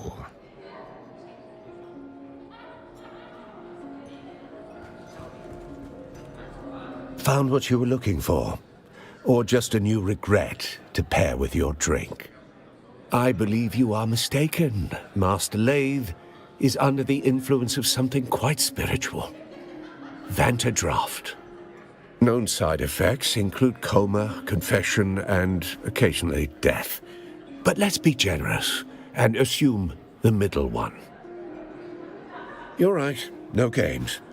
Just a corpse in the Espada room, and a list of insults I had hoped to use before Vantadraft finished what regret started. Murdered? No. Master Lathe was far too committed to slow, deliberate self-annihilation, not flashy enough for murder. Self-loathing's not a flaw in this town. It's a currency, and Master Lathe had it to spare. He spent it on bad liquor, bad romance, and bad books, in that general order. Vanta Draft poured black as regret. The real stuff, illegal with a trace of poison, mined in barrels, not bottled.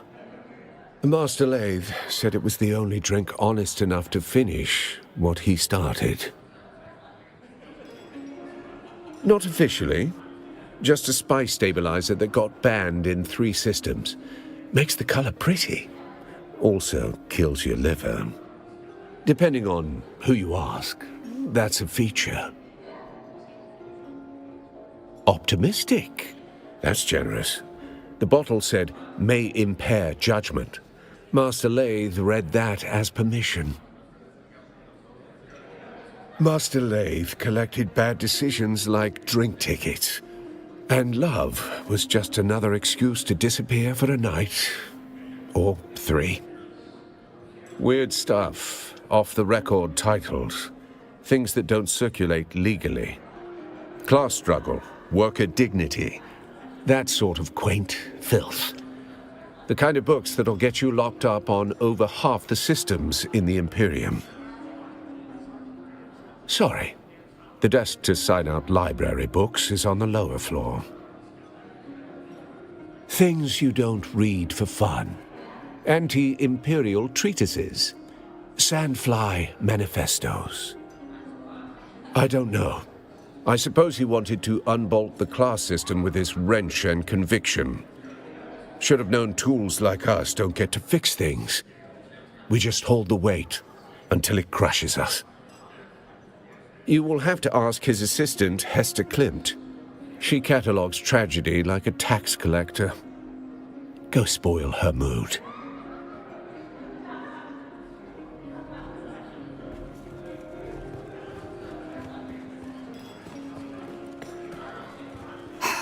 You, again.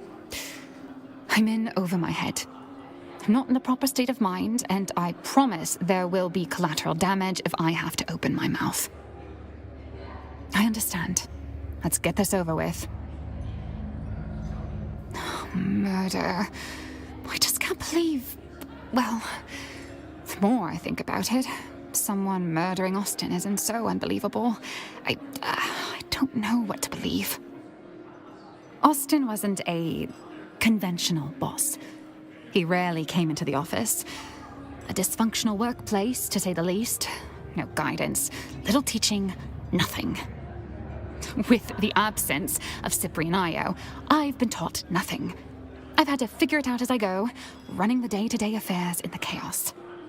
In essence, I'm the acting planetologist of Arrakis. It's ludicrous. I'm in over my head. Damn Austin. Or rest in peace, or both. I'm losing my mind. I appreciate that. Austin must have done something for someone in power to earn his cozy position. He did something that haunted him. You should understand, Austin was a brilliant engineer, as near as I can tell. But something shattered him at some point. He's a shadow of who he was. It wasn't any one thing or any describable clue. Just a million tiny intangibles taken in while being around him. Something had him guilt-racked. Once I saw him sobbing over a set of city planning sketches. He didn't see me. He avoided his work and skill set. It made him feel guilty or afraid. I'm not sure how he made ends meet, but the job title remained and money kept coming in. An alibi for Austin's murder. I was out on business that Austin had been neglecting. I'm afraid the only proof I can show are piles of hastily prepared paperwork. Alistair and Ugo have access to any room in the Seleucid Ball, of course. I know I've seen Ambrose Lucifera in and out of there. that the thing about murder? We're often surprised by who is capable. I suppose Ugo and Alistair might have their own shady dealings. But I can't imagine them killing someone in their own establishment. And Ambrose seems too ridiculous. I don't know. Was that some sort of revolutionary manifesto? I don't know much about the book itself, other than Austin was reading it obsessively recently. Easy there, you maniac. I'm not hiding anything. I just didn't have any conversations with Austin about his reading. I don't know if it is any way connected, but Austin's political demeanor was becoming more, I suppose, militant. Towards the end, he also seemed to be hanging out about more and more shady and dangerous-looking people, though I have no idea who they were.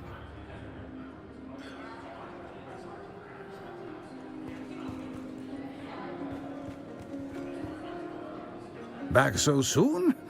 Can't get enough of my charming company, eh? Looking for Austin Lath, hmm? We'd cut down half a cohort of hot. One blink too long. But Corporal Lath, he moved. A minor victory swallowed by the Corporal Lath. You want a hero's tale? That's this one's just a good.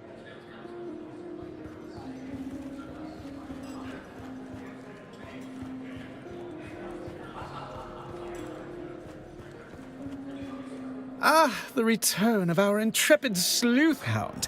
Has the plot thickened? Oh, do say the plot has thickened.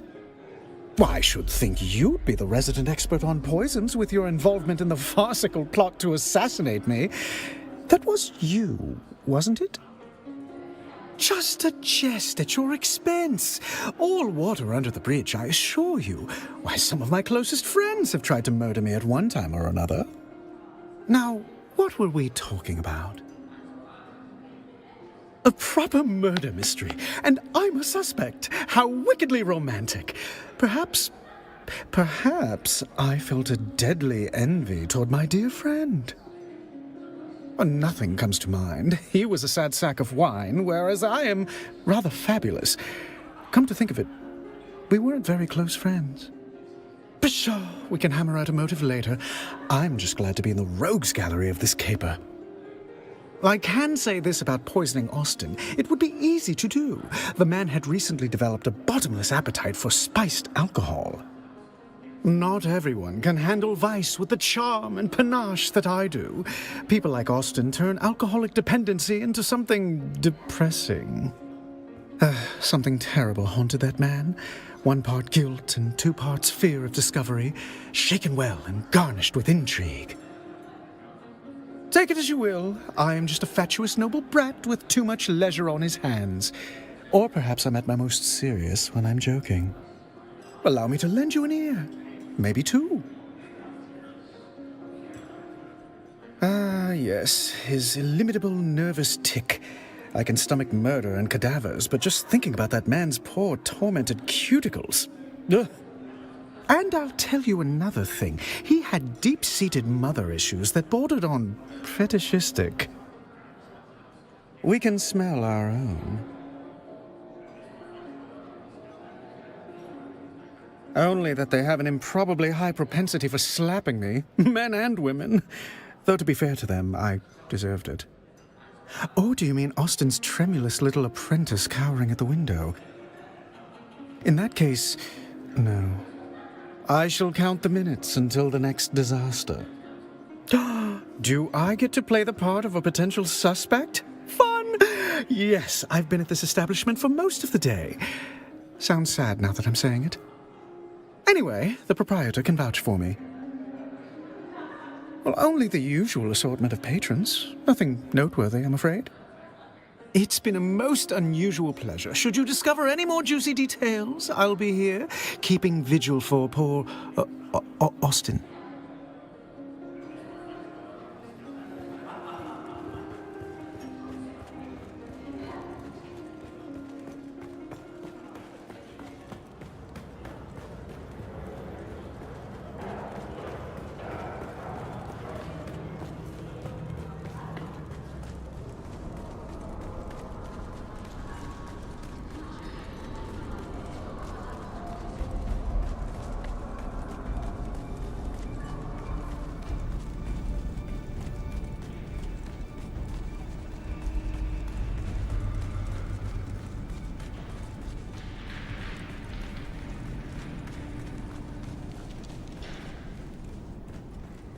Report.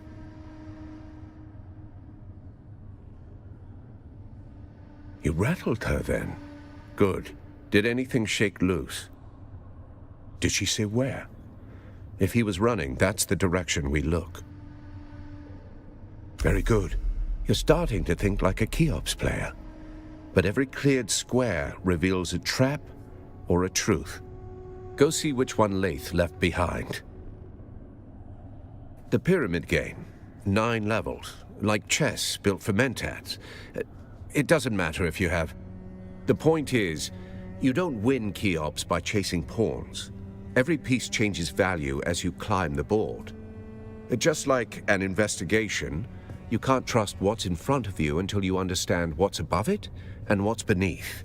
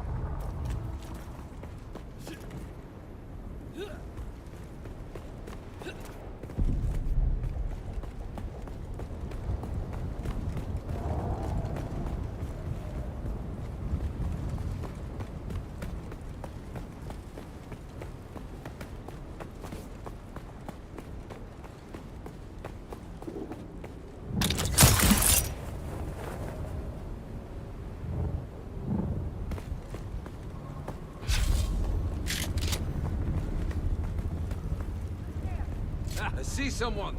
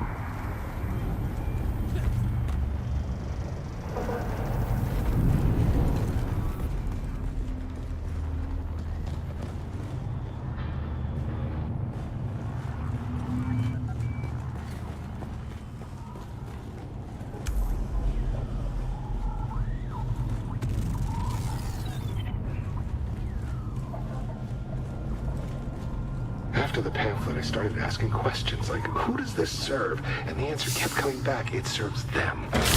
Billy. And nobody burned brighter on that pyre than Phaedra Vi. Old money, old grudges. She wore ruin like perfume. We drank, talked, pretended we weren't just ghosts. One night, I told her my worst secret, the one I can't say here.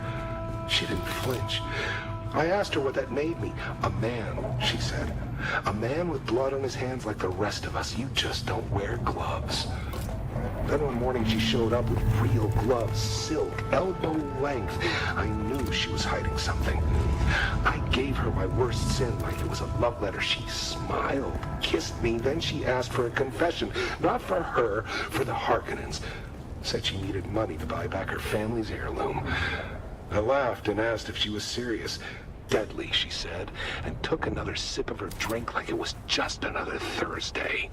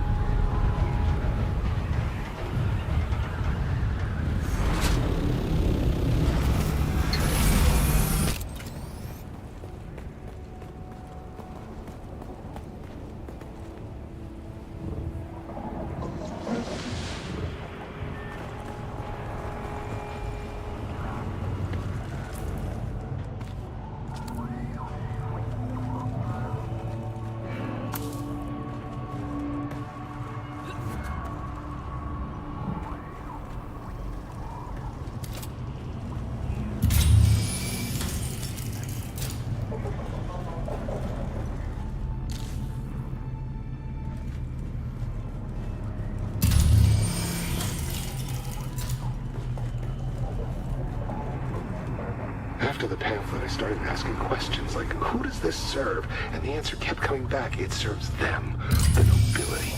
And nobody burned brighter on that pyre than Phaedra Vi. Old money, old grudges. She wore ruin like perfume. We drank, talked, pretended we weren't just ghosts. One night, I told her my worst secret, the one I can't say here. She didn't flinch. I asked her what that made me.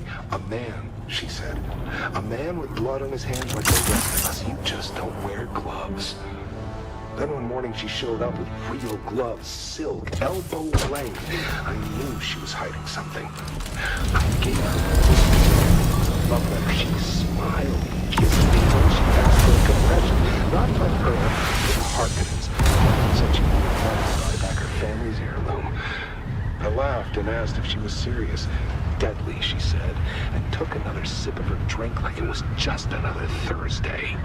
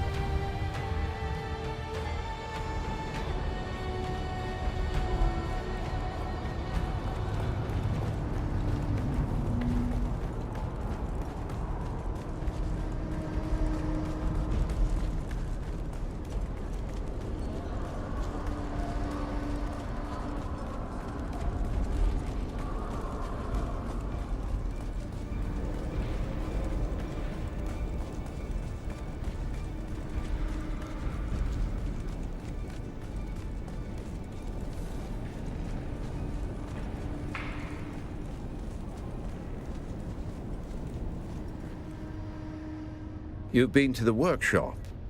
Did our engineer leave anything behind besides regrets? Well, you're still alive, so I assume the greeting committee took it poorly.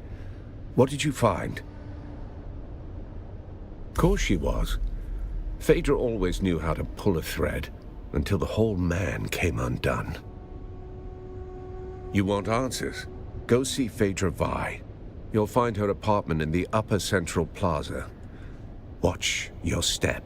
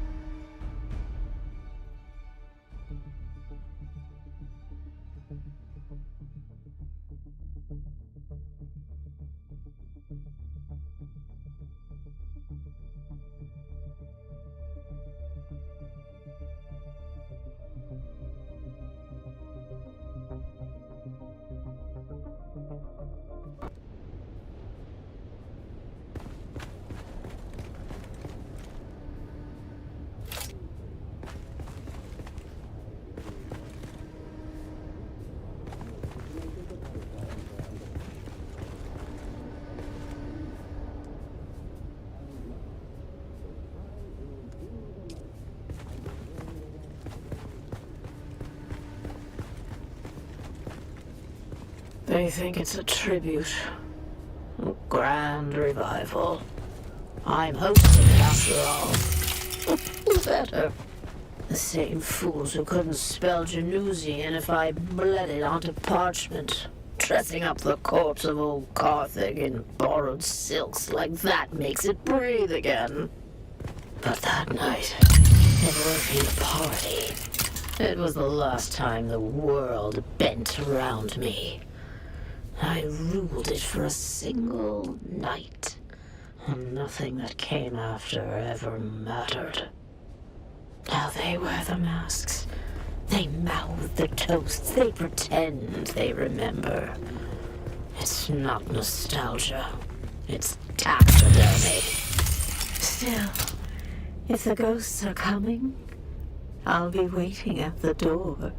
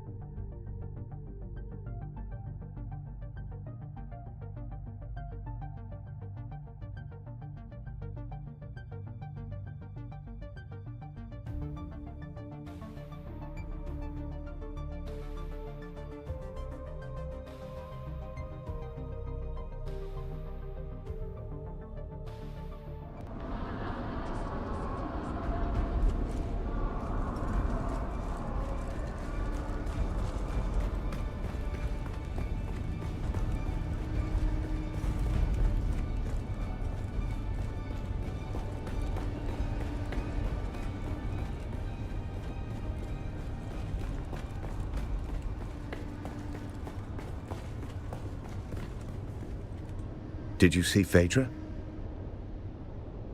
I assume you found a trail to where she's hiding.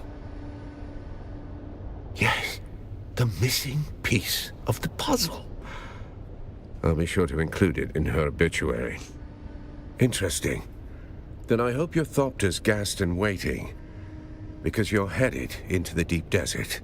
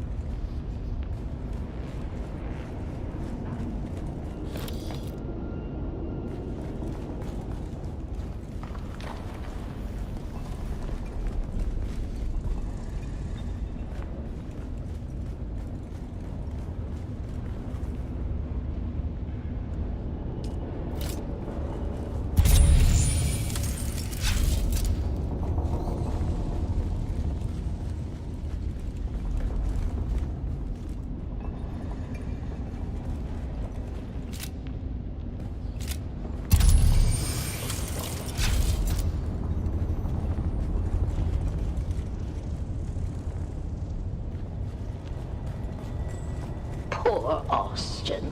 He thought I wanted justice. He thought I cared. What I wanted was my grandmother's necklace. The Star of Wisova. 6 generations of Vise wore it. Smuggled from beccause in a corset lined with blood. Gone when Carthag went up in flame. Austin saw the tears. He thought they meant something, so he gave me his truth like it was a gift. I didn't betray him, not in the end. I kept his secret and lost the necklace anyway. Even if I'd held it again, it wouldn't bring back the ballroom, or the music, or the dancers. You can't ransom ghosts. And gods be damned, the dead never write thank you notes.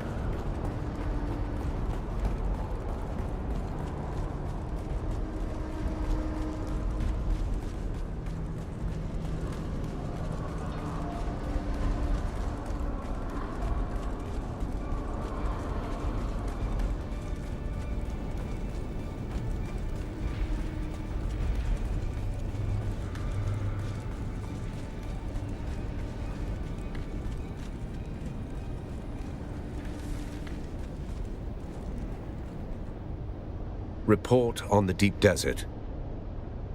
Murder's noise. Cargo is signal. What kind of high value? Let me see it. Huh. Yes, I recognize some of these names. Tell me what you see. Interesting. What makes you say that? I see. You met with her? Somehow I missed that in your cheerful updates. A necklace, is it? It sounds like a sentiment wrapped around leverage. Of course. A Shigawai confession. Last refuge of the melodramatic. Easier to confess to a machine than face a reckoning, I suppose. Anything? Coincidentally, I have a seat at a banquet with Phaedra Vi, and several others listed on that manifest. I'll gather what I can there. You go back to Phaedra's apartment. That note might be our next key.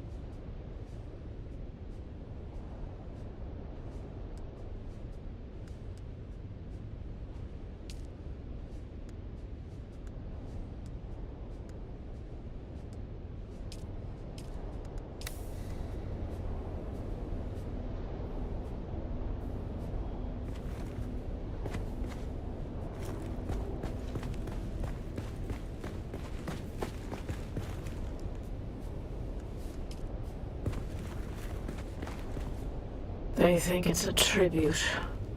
A grand revival. I'm hosting it after all. Who better? The same fools who couldn't spell Genusian if I bled it onto parchment. Dressing up the corpse of old Carthage in borrowed silks like that makes it breathe again. But that night, it wasn't a party. It was the last time the world bent around me. I ruled it for a single night, and nothing that came after ever mattered. Now they wear the masks. They mouth the toasts. They pretend they remember. It's not nostalgia. It's taxidermy. Still, if the ghosts are coming, I'll be waiting at the door. I've been trying to say this for weeks. Carthag, you want the truth? I was hired to fix a problem, quietly. A man, high voice, long shadow, wanted something buried. No noise, no survivors. I helped him, mapped fault lines, tuned resonance, knew exactly what would happen. They paid me, gave me a new collar, a title I never earned. Carthag fell. You've seen the ash. But I laid the tracks. When the train came, I looked away. The nightmares aren't fire or screams, they're silence. That moment before, I could have said no.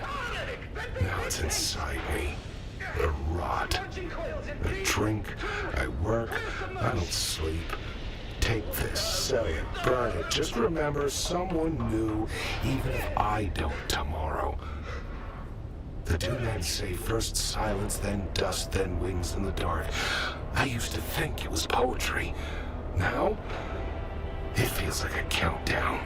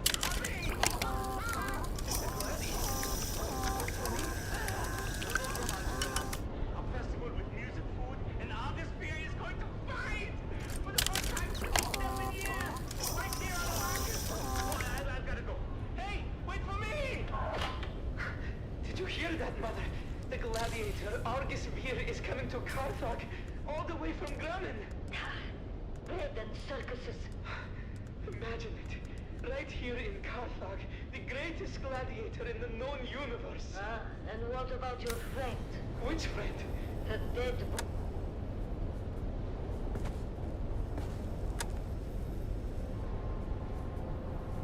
The Combined Hunted Community Theater presents an Arakin Playhouse production of... I've been trying to say this for weeks. Carthag, you want the truth? I was hired to fix a problem, quietly. A man, high voice, long shadow, wanted something buried. No noise, no survivors. I helped him, mapped fault lines, tuned resonance, knew exactly what would happen. They paid me, gave me a new collar, a title I never earned. Carthag fell. You've seen the ash. But I laid the tracks. When the train came, I looked away. The nightmares aren't fire or screams, they're silence. That moment before, I could have said no. Now it's inside me. The rot. I drink, I work, I don't sleep. Take this, sell it, burn it. Just remember, someone knew, even if I don't tomorrow. The Dune men say first silence, then dust, then wings in the dark. I used to think it was poetry. Now, it feels like a countdown.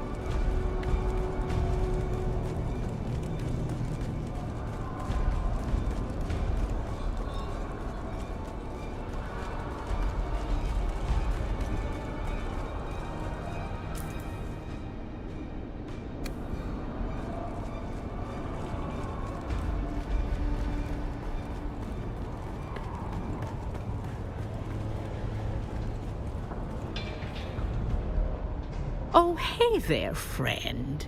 Looking for anything special? That's not normally a good eye trade-in. I'm more hands-on. And I've got lots of customers, each with their own sordid affairs. None of my business. That's unfortunate. I shouldn't say. It's not good business. It's not safe. Damn, I've got an answer, but you aren't going to like it. Phaedra was part of a little cabal who collectively had a stash of treasure they took out of old Carthag before it blew. Last to live takes the pot. Phaedra was making desperate trades to get the funds to retrieve her ancestral necklace. Well, anything could happen in that nest of covetous snakes. As for that person listed on the manifest, the Overseer, that is Sub-Prefect Tours. He's overseeing that group. Not the sort of thing you spill over afternoon tea, is it?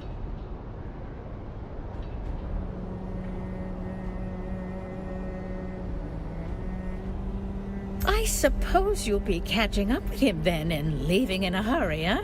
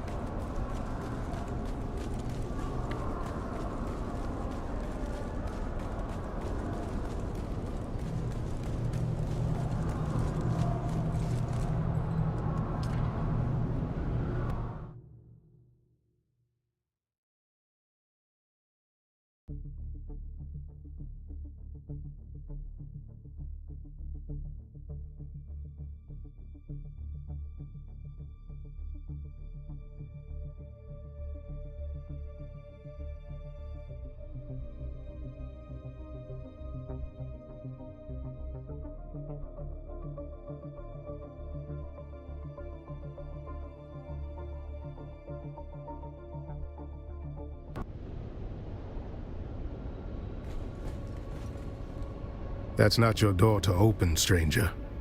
Push it, and you'll find I'm harder to move than most. And by order of the Emperor, I'm telling you to slow your gallop. There's nothing for you inside. Who are you, stranger? By the order of the Emperor is usually enough to run most folks off. But look at you. You got the gait of someone walking on borrowed authority.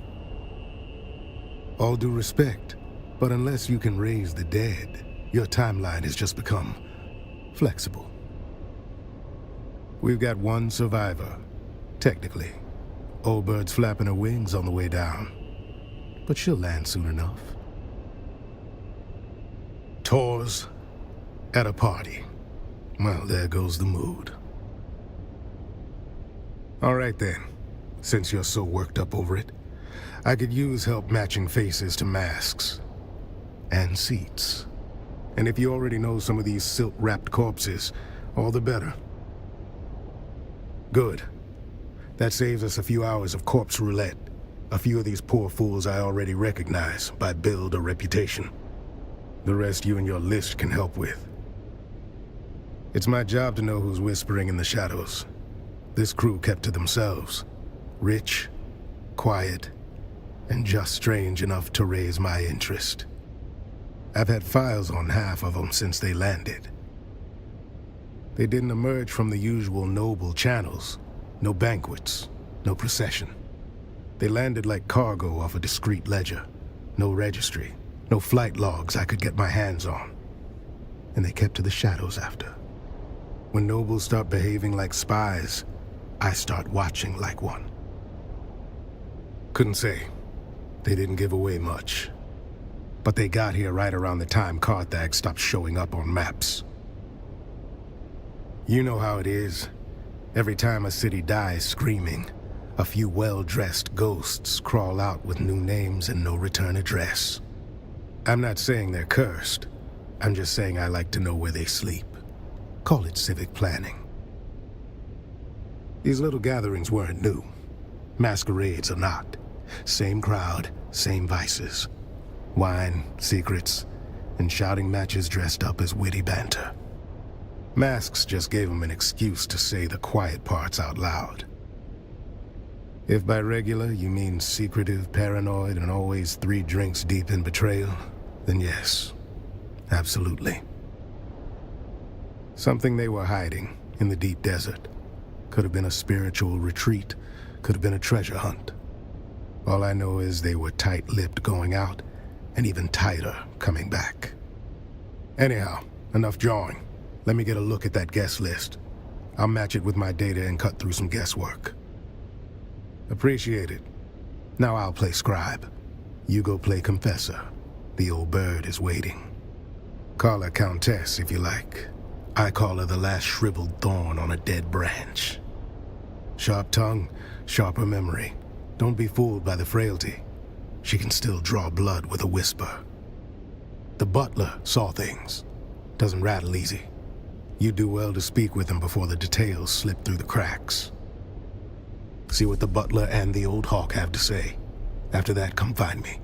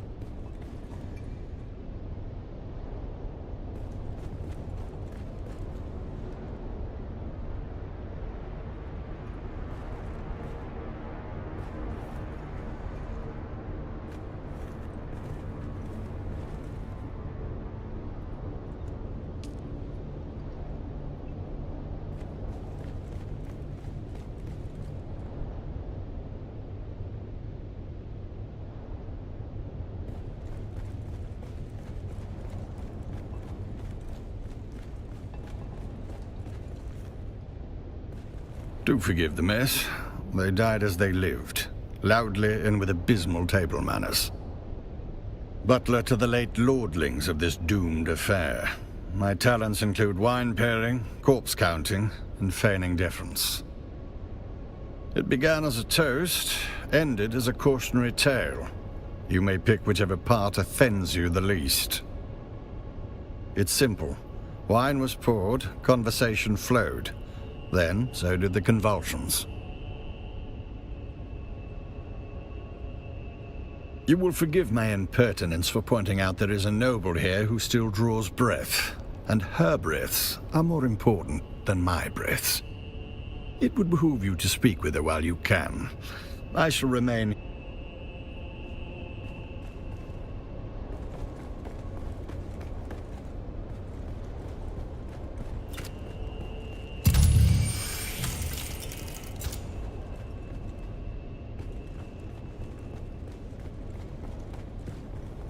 Oh, splendid. An audience.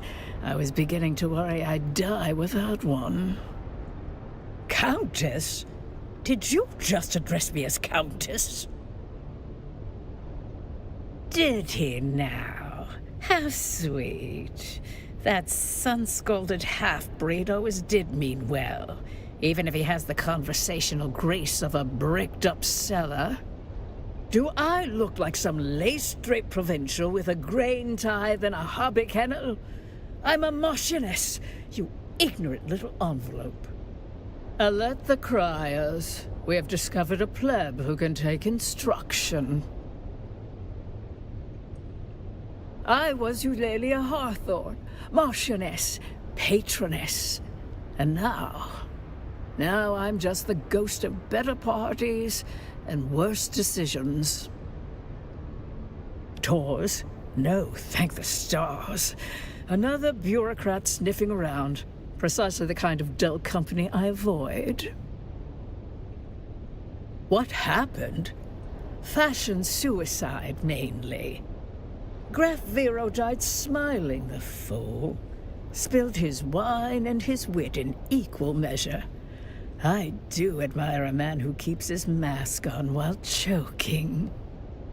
With one of those ghastly little speeches nobles make when they think they're clever. Then came the toast. Then came the horror. Graf Ansel Vero. A bloated tick in a borrowed title. He died as he lived. Loud, ridiculous, and surrounded by people pretending to like him. Blue. A coward's color. Fitting, really. He always did flee when anything required a spine. Or pats. Turns out my precious toxin modulator works. Slows the venom, preserves the drama. Oh, do not ruin this for me. I want to die with some shred of mystery, not flanked by bumbling concern. One last kindness, dear. My Morla. Kill them all. They'll spend my death pawing through jewelry and gossiping in the kitchen if you don't. It's a tradition, you know. The servants die with the mistress. Mostly forgotten now. Like manners and decency. But I rather like it. Please, kill the little wretches. Choke the life out of them before they sell my underthings for drink. By the time your little report makes its rounds, the rats will have nested in my wardrobe and auctioned my jewels to smugglers. Perhaps they'll read it at my memorial, just after the appetizers.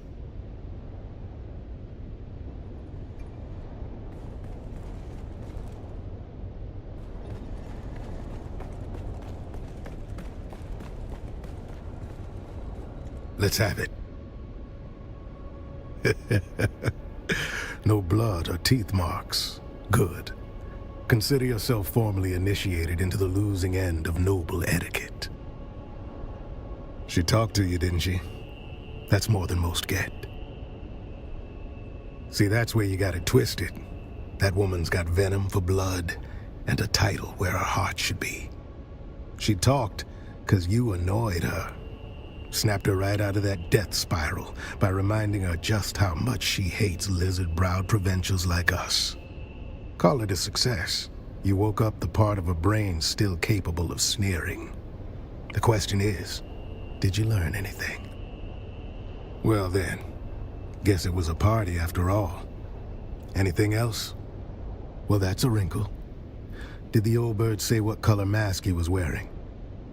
So find the wine stain next to a blue mask and you found our graph. We can work backwards from there. Of course he did. Might want to run that scanner of yours. Find out where the wine hit the floor. Then we'll have our starting point. Bold choice bringing a discount snooper to a high-born massacre. Still, point it at the mess. Might surprise us both. Sort out where the graph ended up. Then we'll talk.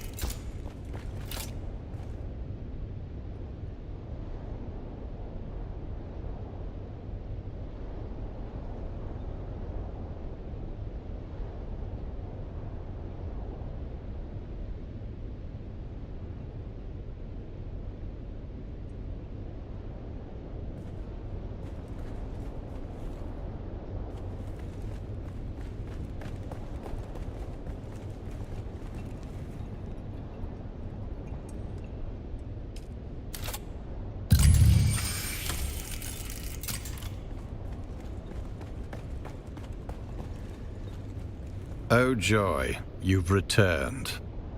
Ah, just when the silence was beginning to heal. While I don't know the specific name attached to that handkerchief, I do recall there was more than one name fitting those initials on the guest list. In any case, someone waved the handkerchief in question dramatically about while arguing over whose knowledge of wine vintages was supreme. Nothing else comes to mind, save that the handkerchief in question carried a distinct perfume, Sweet, if cloying. Ah, just when the silence was beginning to heal. Where do they come from? Same place as the lies they're meant to hide. Born in the rotting vanity of those too cowardly to show their true selves. Masks are just another way to pretend nobility isn't a disease. No, I don't. Forgive me. My training prioritized service over tracing the costume habits of people born allergic to labor. Ah, just when the silence was beginning to heal. The man in the sapphire mask believed he could hold court and chalice at the same time. He could not. I cleaned it. One more servant to fix what breeding fails to teach. He dropped his wine while gesturing about bloodlines as if his own hadn't already curdled. I cleaned it up. The wine came out, the stupidity did not. Nothing in this vast universe would please me more than to answer your questions. I'm afraid I do not know of whom you speak. I certainly was not instructed to care about whom that name belongs to.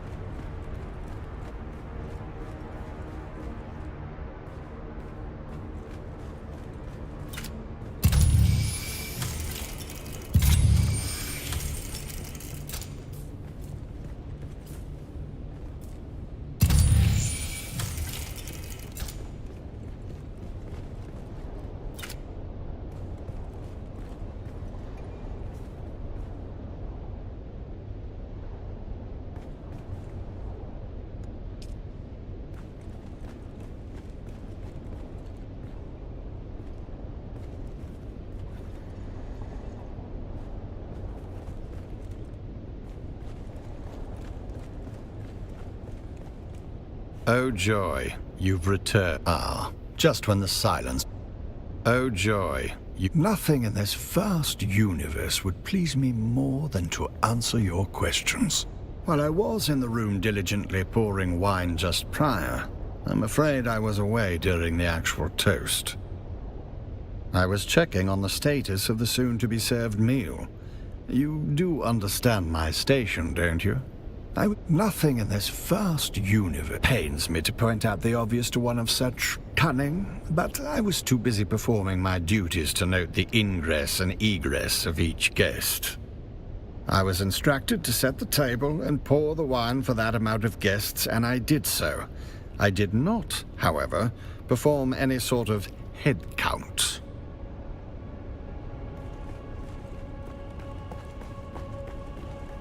Let's have it. Let's hear it.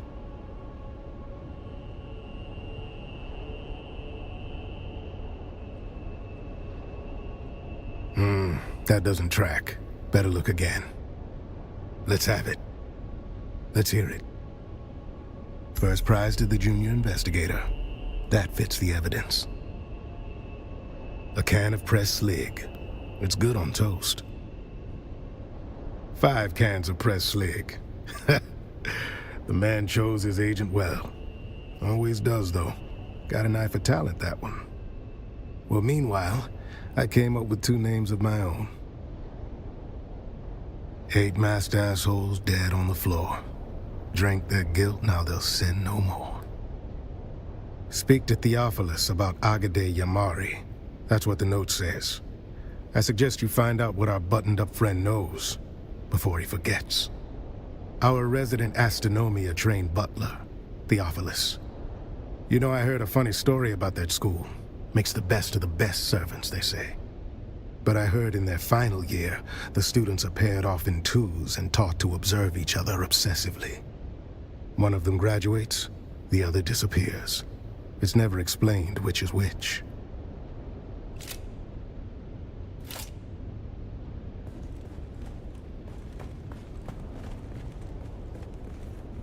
Oh joy, you've returned. She was prone to a serious allergic reaction to a species of plant in our flower arrangement. She wished to sit as far away from it as possible. A common reaction to that particular flower. The wealthy chose aesthetic over practicality or safety. It's a wonder we can keep any of them alive. Alas, nothing pains me more than being unable to do your job for you. But I do not recall. I merely changed her seating arrangement prior to the gathering. I regret to say that the seating arrangement was the casualty of a wine-spilling incident by someone already deep in their cups.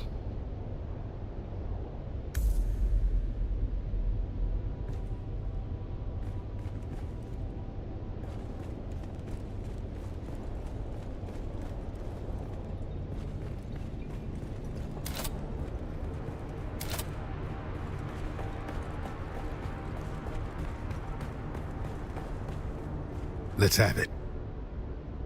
Then let's have it.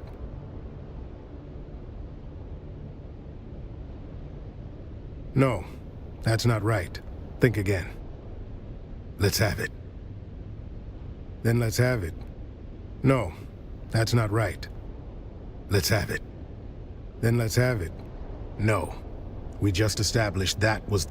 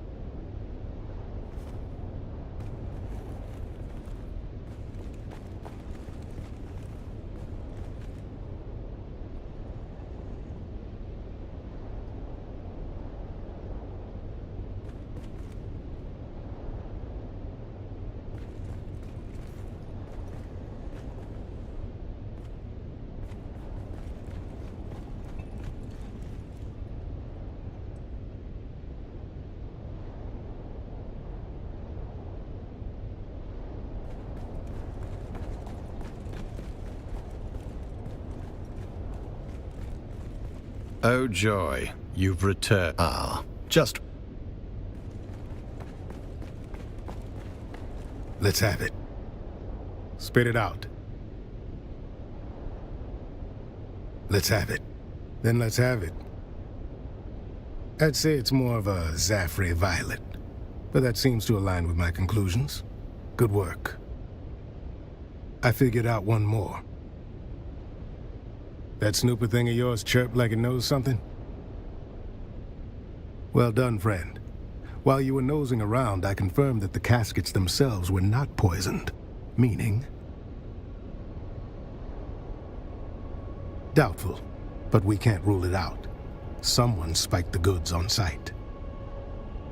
Turns out the wine was arranged by a man named Ambrose Lucifera. Fancy name for a glorified errand boy. I had him dragged in. Now's the time to go poke holes in his story.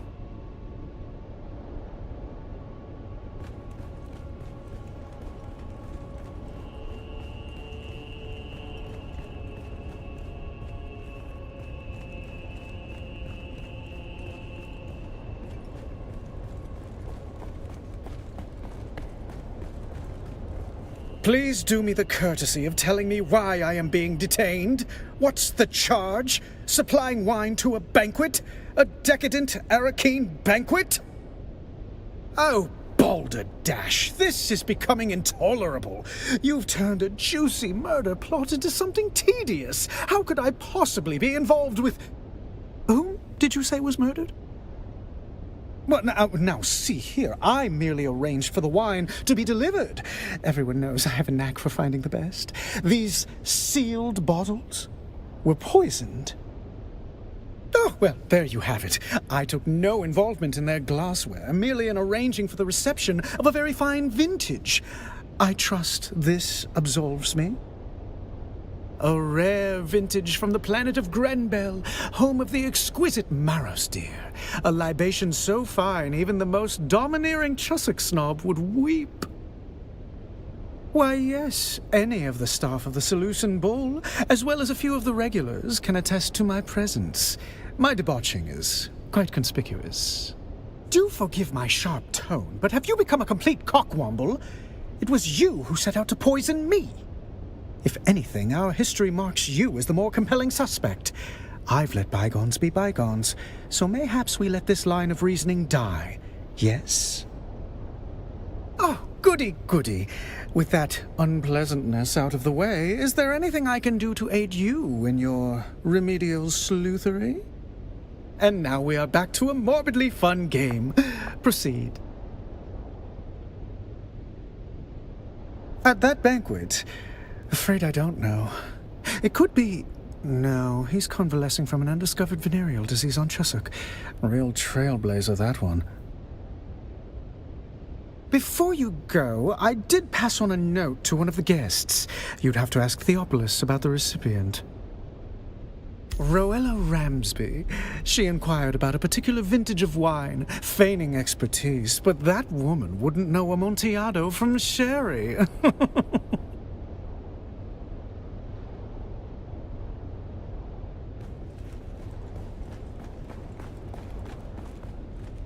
Oh joy, you've returned.